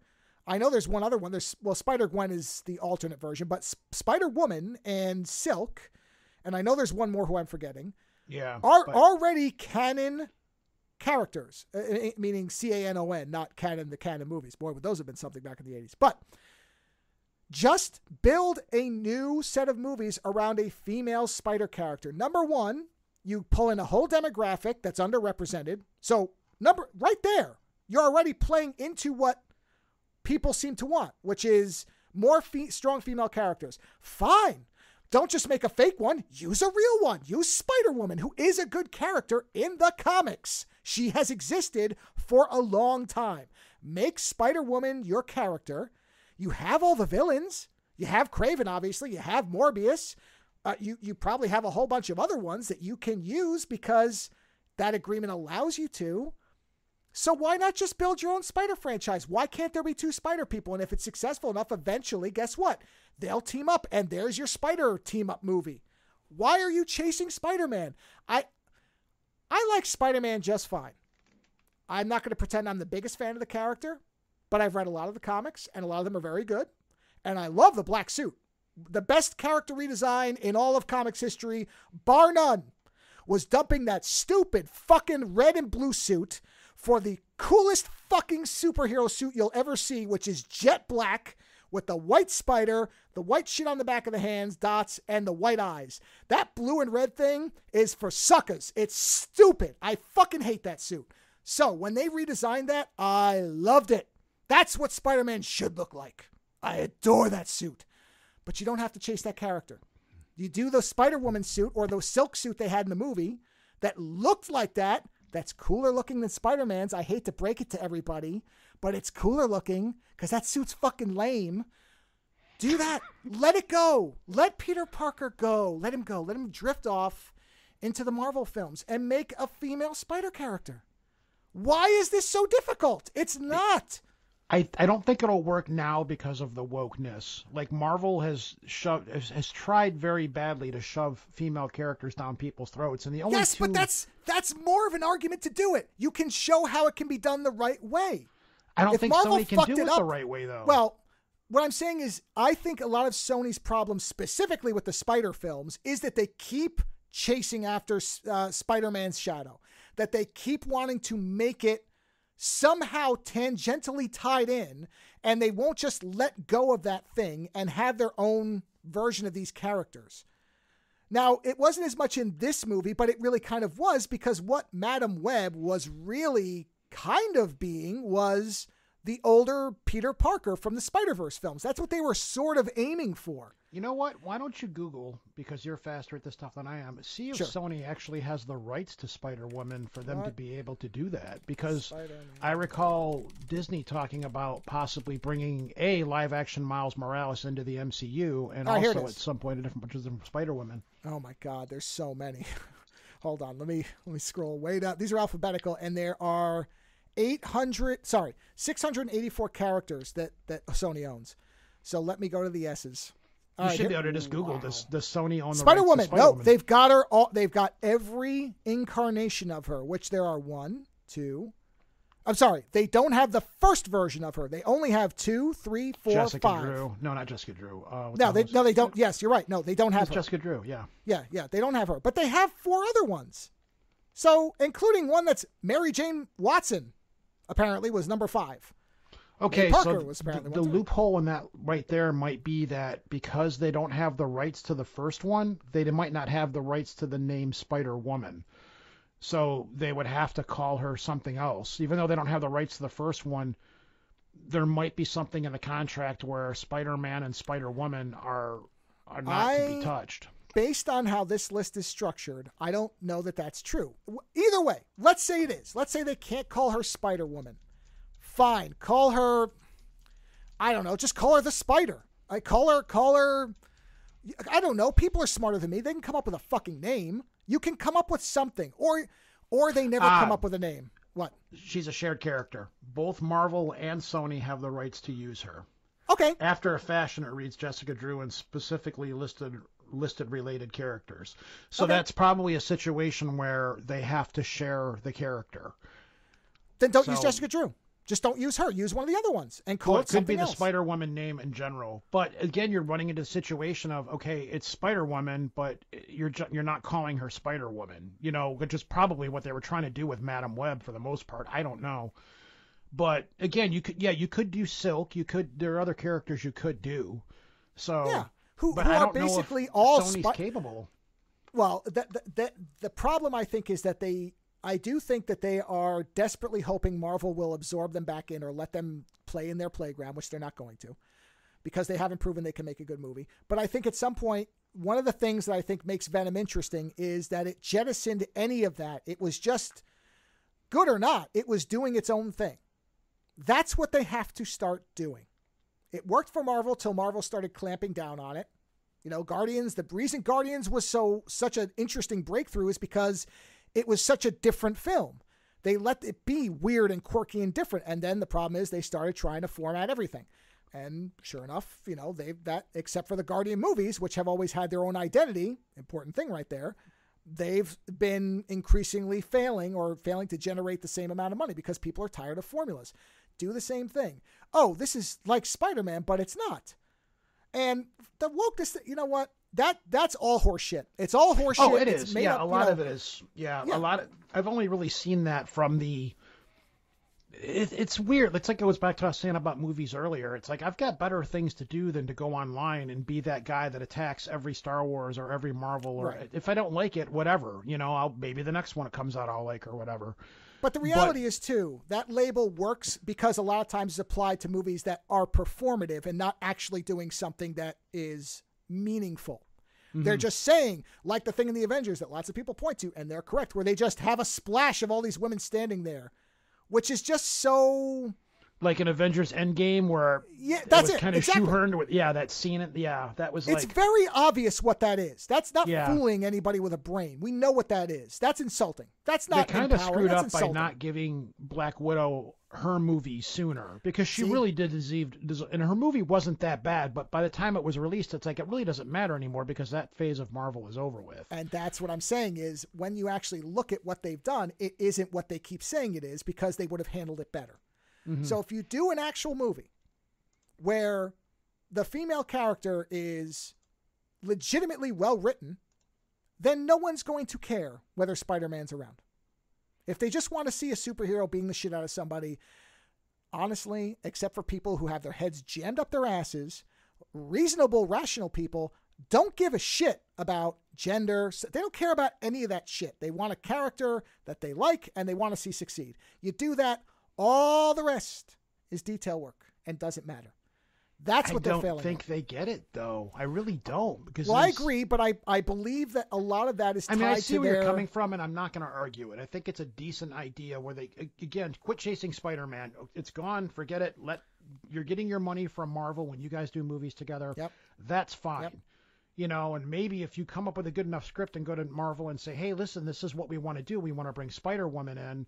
Do you want to work with us? So maybe we can, but it's a money. I really think it's a money thing. Don't share any money with, Sony wants their money. They don't, the only reason they're doing the Spider-Man thing is because the Spider-Man movies make a tremendous amount of cash. You know, but as you said, that's going to stop happening with their movies because they're so terrible. Mm-hmm. So, that you can get the money from Marvel.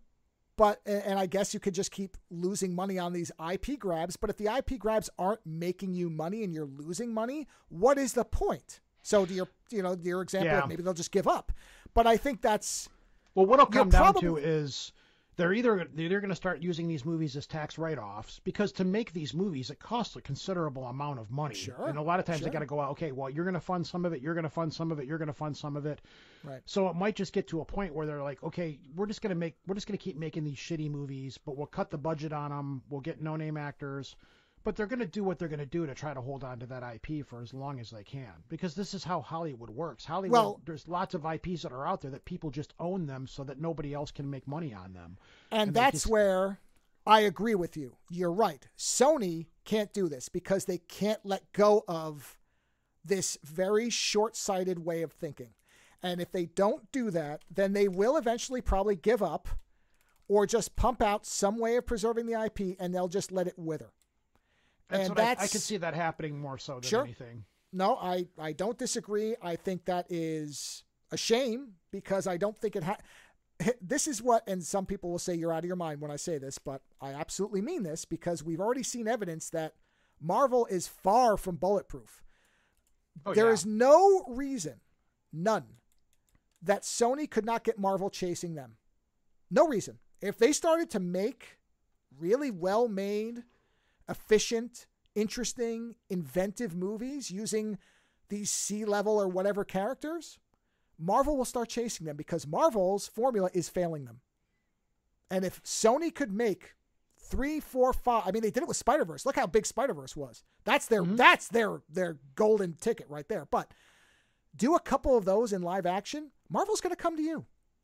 They'll come to you because they're flailing. Again, I really don't think Sony can do it. I don't either, but think they're capable. I'm not really, and I don't really have an answer for why the Into the Spider-Verse movies had such a good story. Maybe because they concentrated more on the story. Because they weren't live action. They don't care. Could do a lot more with animation than they can with live action. So they could, yes, I guarantee you that an executive would say, "Oh, well, that's for kids anyway, so I don't give a shit what you do. Do whatever you want. Just this is your budget." I'm not even going to look at it. But you'd think by now they would go, wait a minute, these Into the Spider-Verse movies have made a lot of money, and we've got one more coming. What else can we do here? Let's cash in on this. This is working. But my hunch now is that it's the one thing that's working. And so they're going to be like, we're not touching it. This is making money. Let them keep doing this. They've only got one more movie left, so at that point... What comes after that will be the interesting part.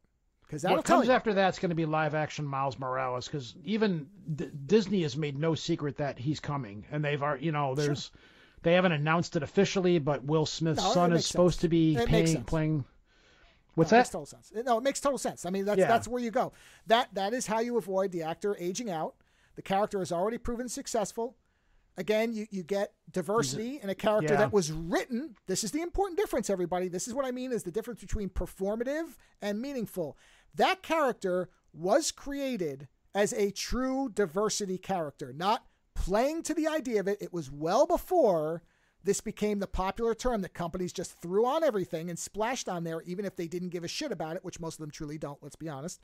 Mm-hmm. That character was created by somebody with the integrity of creating a character that could reflect different people. Because I believe his son is half something. I'm pretty sure that the writer, I can't remember the writer's name, might be Brian Michael Bendis, I don't remember.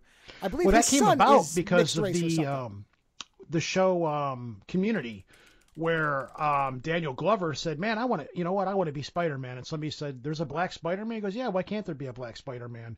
And they kind of paid tribute to that in the last Into the Spider-Verse, because there's a scene there where Danny Glover is sitting there inside of like that little laser cell in live action, and he looks at me and says, yeah, what's up? Oh, yes, you're right. Here it is. You're right. Yeah. And Anthropology 101 was the episode. Yeah. Yeah, because that's where the whole Miles, the guy was watching the Community. He was, you know what? Yeah, that's a good idea. Let's do that. So, it's plus they've also, like in the first Spider-Man movie, they mentioned Miles Morales. He says, yeah, my little cousin Miles or whatever, he loves you and something like that. I don't remember what it went. So they've planted the seed there for a while. So Miles Morales is coming in live action, and it's going to be done through Disney. So, and that's what I mean more about Sony. If they had any brains, which I agree they don't, clearly they don't, they would stop worrying about what Marvel's doing and create a couple of movies that have something different from what Marvel is doing. There is an opening there. Yeah. It's there for DC too. I don't know whether they're going to. I mean, James Gunn, maybe we'll see. I'm not convinced of that either. Yeah, I don't think James Gunn's going to be able to save DC. I don't think he's going to save it in the way that some people do. I think he probably will end up producing one or two really good movies. I have no trouble believing that, but I don't think it's going to be. I don't think all these movies planned are going to pan out the way people think they are. But I'm going to wait until they come out, and then we'll have that conversation then. Yeah, no, absolutely. I mean, I like James Gunn. I think he has good ideas on stuff. But what I'm saying is that it is clear that right now there is an opening for some other company to start making movies that are these types of movies, but not following Marvel's formula, because it clearly is not working anymore. This is the point where you strike with something unique. I agree. Well, I don't think Sony has the inventiveness at the boardroom level to do it, but it's not that they can't. It's that they're not thinking big enough. That's my larger point. Is everybody's in Marvel's shadow, and that's over with. It's done. For now, I think it is. With the whole multiverse thing, it's kind of like everybody's like, all right, let's get this over with. The Fantastic Four are coming, the X-Men are coming. Let's just shove all these all this Avenger stuff off to the side and just focus on something new. Because the writing, a lot of the problem with Marvel is just the writing has gone to shit, and they lack some kind, like with the Phase 1 and the original Avengers all the way up to Endgame. For the most part, they had a very large, well-gelled, cohesive idea in mind. And there was a few shitholes in that series. They can't all be good, but this phase of it, it's just been like nothing. I think Gene used to say he wanted to see a movie that would kick his ass or whatever, and none of these movies have really kicked our ass. Like, No, Moon Knight was pretty good, but that was a Disney Plus series. Echo was good. I liked Echo, but that was basically hated Echo, but that's okay. Well, but what I liked most about it, even with if you didn't like it, is it did signal that they realized that the Netflix stuff had worth, and that's why they're going back to that, because they've realized, oh no, the Netflix stuff actually had merit, because they were going to dump all that, and now suddenly they're retooling the Daredevil series. They brought all these people back that they had said, nope, they're done, because they've recognized that that worked for a lot of people, and rather than just trying to Disneyfy it all in one way, no, we have to approach different characters differently. That's an important lesson to learn. At this point, they're kind of grasping at straws, trying to figure out what they can do. And the other thing with those same Netflix difference. shows, I don't care. Same difference. With those shows being pulled over to the Disney Live thing, those shows are the budget on those shows is a lot cheaper to pull off, because everybody in those shows, they're super, like Iron Fist, okay, his fist glows. That's not a super expensive special effect to make anymore. Luke Cage, he was really strong. That doesn't take a whole lot of special effects to pull off. Jessica Jones, she can jump. She's really strong. Daredevil, he's really good at fighting, and all of the other stuff they can, like his special hearing senses ability. Echo, another one. That's another show where the budget probably wasn't super high, because there wasn't crazy space battles and transformations of creatures, and that right now is what Marvel needs. Marvel needs to watch their budget but still produce really good quality shows. Sure. Without, like, after the She-Hulk fiasco of how much money they dumped on that show and how it went in nowhere, it's like, with the Netflix shows coming along, like, here we have a chance to go back down to street level. To produce these shows is going to be a lot cheaper, and right now, that's what they need. So I'm glad they're bringing them back. I hope they still write them the same way. I hope they give Iron Fist an update. I would love to see Heroes for Hire, which they could very easily do. The blip happened. You lost your company. Now you guys are back. You're both penniless. This is your job. You're going to do Heroes for Hire. And when they were together, Luke Cage and Iron Fist on the screen, the chemistry was pretty good. I wanted to see more of that. I absolutely agree. That was the best Iron Fist was when the two of them were together. It was like, oh, this is what this should have been the whole time. And they had natural chemistry, and it worked. Oh, it was fantastic. So, yes. I feel that with better writing of Danny Rand's character, which I'm sure they'll do, that if they have better writing, and of course they're going to give him better physical training and shit like that. Sure. And apparently there's supposed to be multiple Iron Fists popping up. There's supposed to be another one popping up in the next Shang-Chi movie. Yes, I think Colleen Wing is going to be an Iron Fist, which is fine because she was really good. So I'm okay with that too. So they've got strings that they can pull on. I just hope that, they kind of had to start that whole Disney 18 plus thing where it's more mature content, which I never ever thought I would see happen, but okay, if you're going to go that route, do it right. Like, don't pull back on the Punisher. Like, the Punisher, they're doing something on there to go off on a side tangent. I know. Yeah. For what happened with the Punisher, since the time that show came on to now, you've got a lot of the far right wing that have kind of co-opted the Punisher logo, and they're using that. So I guess this Punisher series is going to directly deal with that. There's a whole bunch of corrupt cops, and they're wearing the Punisher logo, and the Punisher's like, no, I'm not like you people, and that's what the whole thing. And that's the statement it's making, like, you can't use this, you're not going to co-opt the skull, you're not going to co-opt what I am. Because there's a lot of cops and stuff are using that logo on their trucks, and the wrong people are taking that logo. So that was one of the big things with Disney is like, well, how are you going to do the Punisher when the Punisher skull is now so ingrained into that culture. How are you going to do this? And the other thing was, how are you going to do the Punisher where he's blowing people away with machine guns and stuff? My answer would be to make it, okay, well, he's going to be blowing away demons and non-human things, and that's why he's got so many guns. You could pull it off in that regard. But I don't know how a family-friendly company like Disney is going to have this mercenary guy running around just blowing people away with weapons like this. But we'll see what happens, you know? Yeah, I'll wait and see. I'm curious because, in the end, let's not forget that family-friendly or not, they got to make that money back. And if it starts making money, more content like that. Yeah, you know? then they'll just say this isn't for kids. You know, we want to have something for everybody. That's the easy answer. Is we want to have everybody have a choice on what they're watching because we believe in freedom of speech. Yay, Disney. Yeah, and plus it's okay. Well, you got to be 18-year-olds. You got to have a code to watch it. Disney's covered. So, of course. You know, good on them. I'm glad they're doing that. I'm glad they're trying that. I'm glad they're going to go back to these more risque, darker stories and stuff. Great. Just I'm curious because Disney is the kind of company it is. Can they do stories like that? Can they do grittier stuff? Can they do, you know, darker, not, you know, I don't know how to put it. It's just, I don't know if they can do something like that, you know, because once they acquired Fox, so you got Deadpool, like the Deadpool movie being rated R is blowing me away.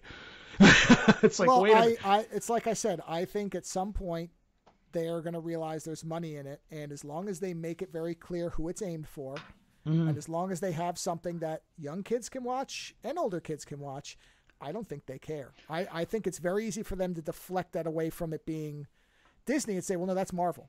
Marvel makes adult stuff for adult people. We want to enable them to make it, but that's not Disney. Disney is Moana and all that stuff. This is Marvel. This is Marvel Knights or whatever. How they're handling the Deadpool thing is kind of interesting. They've said that all of the Deadpool movies, if they're just Deadpool, they're going to be rated R. But when Deadpool is involved with other teams like the X-Men and the Avengers and things like that, when Deadpool is making an appearance in another movie, because they've said they're going to do that he's going to pop up in other places. But when he's in a different environment, he will be more PG-13. They'll pull it back a little bit. I don't think there's any problem with that. I think that's going to work fine. Yeah, I think that'll be fine too. That's you know, great. If you can do it, great, you know. Because in fact, I'll tell you, I like that because it makes a writer have to think a little bit. It makes them have to stretch. I can't just go to a dick joke. I have to actually make humor that can work at a different level. Well, that's good. Sometimes you have to be forced into creativity. Nothing wrong. Yeah, I'm looking forward to see how they pull that off, and I think they can. I think because Ryan Reynolds, he's got a range to be able to do that. Works at like all when they went back and did the PG when they redid the Deadpool movie as a Christmas story and they re-edited it down to like PG-13 or something like that. Yeah. It was still a funny watch because you knew what they were doing. Yes. So I think it's possible, but I'm just real curious to see where they're going to go. Sony, I think Sony's shot. I don't know what Sony's going to do. Everybody's desperation will make any company recalibrate. So it might be that too, where they just realize we're losing too much money. We either have to take a big risk, or like you said, we let the IP go. That'll tell you. And I don't think I'm going to see. I don't see Sony doing that because they're just too greedy. There's too much money on the table for it. Yes, or they'll keep it out of spite, and then maybe you know, okay, we'll just make a shitty superhero movie with shitty actors. If they're just but they'll the make the movies cheaper, so if they do lose money, it won't be as big of a deal. I don't think they're going to dump the money into them like they did Madam Web or any of the other ones. They'll probably do it with Venom because it's the last Venom movie, but you know, who knows? It's hard to say. Well, unlike Madam Web, we can't see into the future, but we can come back and revisit this stuff and see if we were completely off the mark or not. But I'm game for that. so obviously, so am I. So yeah, maybe we'll bug Gene and say, "Hey, Gene, this is what our opinions are. What do you think? Because you're involved in the industry." Right. Yeah. Well, on that note, we have probably arrived at a good point to wrap up this episode since we're at 2.5 hours and a little extra here, and now we're just going into pure speculation land with almost nothing to go on. So yeah, it's pretty much it at this point. My caffeine's starting to die. Yeah, we'll plan to come back and look at this once things start coming out, and we'll see. By all means, anybody listening, if you have any insider info or have any opinions on how this would work or what you want to see, let us know. I'm curious because this is just our thoughts on it. But it is going to be a fascinating next 3 to 5 years with every one of these companies recalibrating or redoing or changing hands or whatever. It is going to be, after a certain period of time, we're going to start to see what the ideas from each of these IP holders is. And I don't think it's just going to be what it was in the past. I think we're going to start seeing new versions of things, and we'll see what works and what doesn't. So there will be a lot to talk about. We're kind of in the middle of it now because a lot of it is going on, and we don't really know what's happening. Well, the other thing is the stuff that we're seeing now was all filmed and done before everybody was like, wait a minute, we need to put the brakes on and change things. That's what I'm saying. So there's a good 3 to 5 years before we're really going to know what's going on. Exactly. Yeah. So we'll see. But Rojan, thank you for stepping in and discussing like I said, I it's not a good film, but there are people who will be fascinated by this movie. I was riveted. It depends on how you watch it. If you're going to sit down and watch it the way we've described it, like as a piece of like, how was this made? What was this done? Because I think there were some good decisions made, but I think they went back and just altered it too much to try to make it fit something afterwards. Here's a fun game, especially if you're a writer or other creative people. Get a bunch of people together, get a couple drinks, get some notepads, and make a game out of everybody takes a 10 to 15 minute chunk of the film and writes a better version of it and compare your notes at the end. There's a fun game. Because there are at least 2 or 3 better ways to do almost any scene in this movie. Visually, it's pretty solid, but even there. But especially from the narrative, you could make a drinking game out of who has the best way to improve this scene. I firmly believe you could construct a game out of this film where people get to express their creativity, which is always good. So I wonder if one of those people to go back and re-edit, how they go back and redo fan edits. Absolutely. Because the Kenobi one was pretty good. The Paradise one, where they edited the Alien movies together, was pretty good. I wonder if one of those people could save this and go back in and re-edit it in a way to try to save the movie. I am very confident that you could improve it quite a bit. In particular, if you shortened a lot of the first half, you would make the Cassie Webb character more likable. Cut a lot of the awkward, weird, specifically anti-children stuff out, and she becomes a better character just by excising her reactions and her hatred for children. Just cut it down. It would probably be a half hour shorter, but might be worth it. that alone is a benefit. So yes, by all means, everybody, take this movie and do stuff with it. Do something better. It won't take much. But on that note, again, Rojan, thank you for stopping by. Mm-hmm. And we'll come back once we have some more stuff to talk about, because I'm sure there will be more in the future. I don't have spider powers, so I can't tell you what it'll be, everybody, but I'm pretty sure there will be something of interest. Until that time, don't pay $20 to rent Madame Web. Wait for it to come out on a streaming service or Tubi or something, and then make your drinking game. It's not worth $20. I could say that with confidence. Outside of that, watch something that you get some type of entertainment out of. Go watch Wide World of Batwoman. It's free on YouTube, and it is... Wild World? I think it's Wild World. Is it Wild? Wild I think or it's Wide? Wild. Whatever it is, it's from 1966. You'll find it. Look it up. I linked to it in my review, so you can go watch it. That is a better constructed movie in terms of the characterization than this one is. Yeah, it's Wild World of Batwoman. That's what it is. Go watch Wild World of Batwoman. If you watch this, watch that next, because that will be fun to laugh at, because Batgirl 14 is going to report a crime and then do nothing about it. On that note, enjoy your weekend. Talk to you next week. Visit OzoneNightmare.com to subscribe to new episodes, browse through our back catalog, or to find links to support the show. Follow @OzoneNightmare on Twitter for the latest episode postings and other show information. If 280 characters just isn't enough, you can always email us, theozonenightmare@gmail.com. The opening theme for the show is provided by Heartbeat Hero. The closing theme is provided by Ogre. Please visit and support these artists using the links in the show notes for each episode.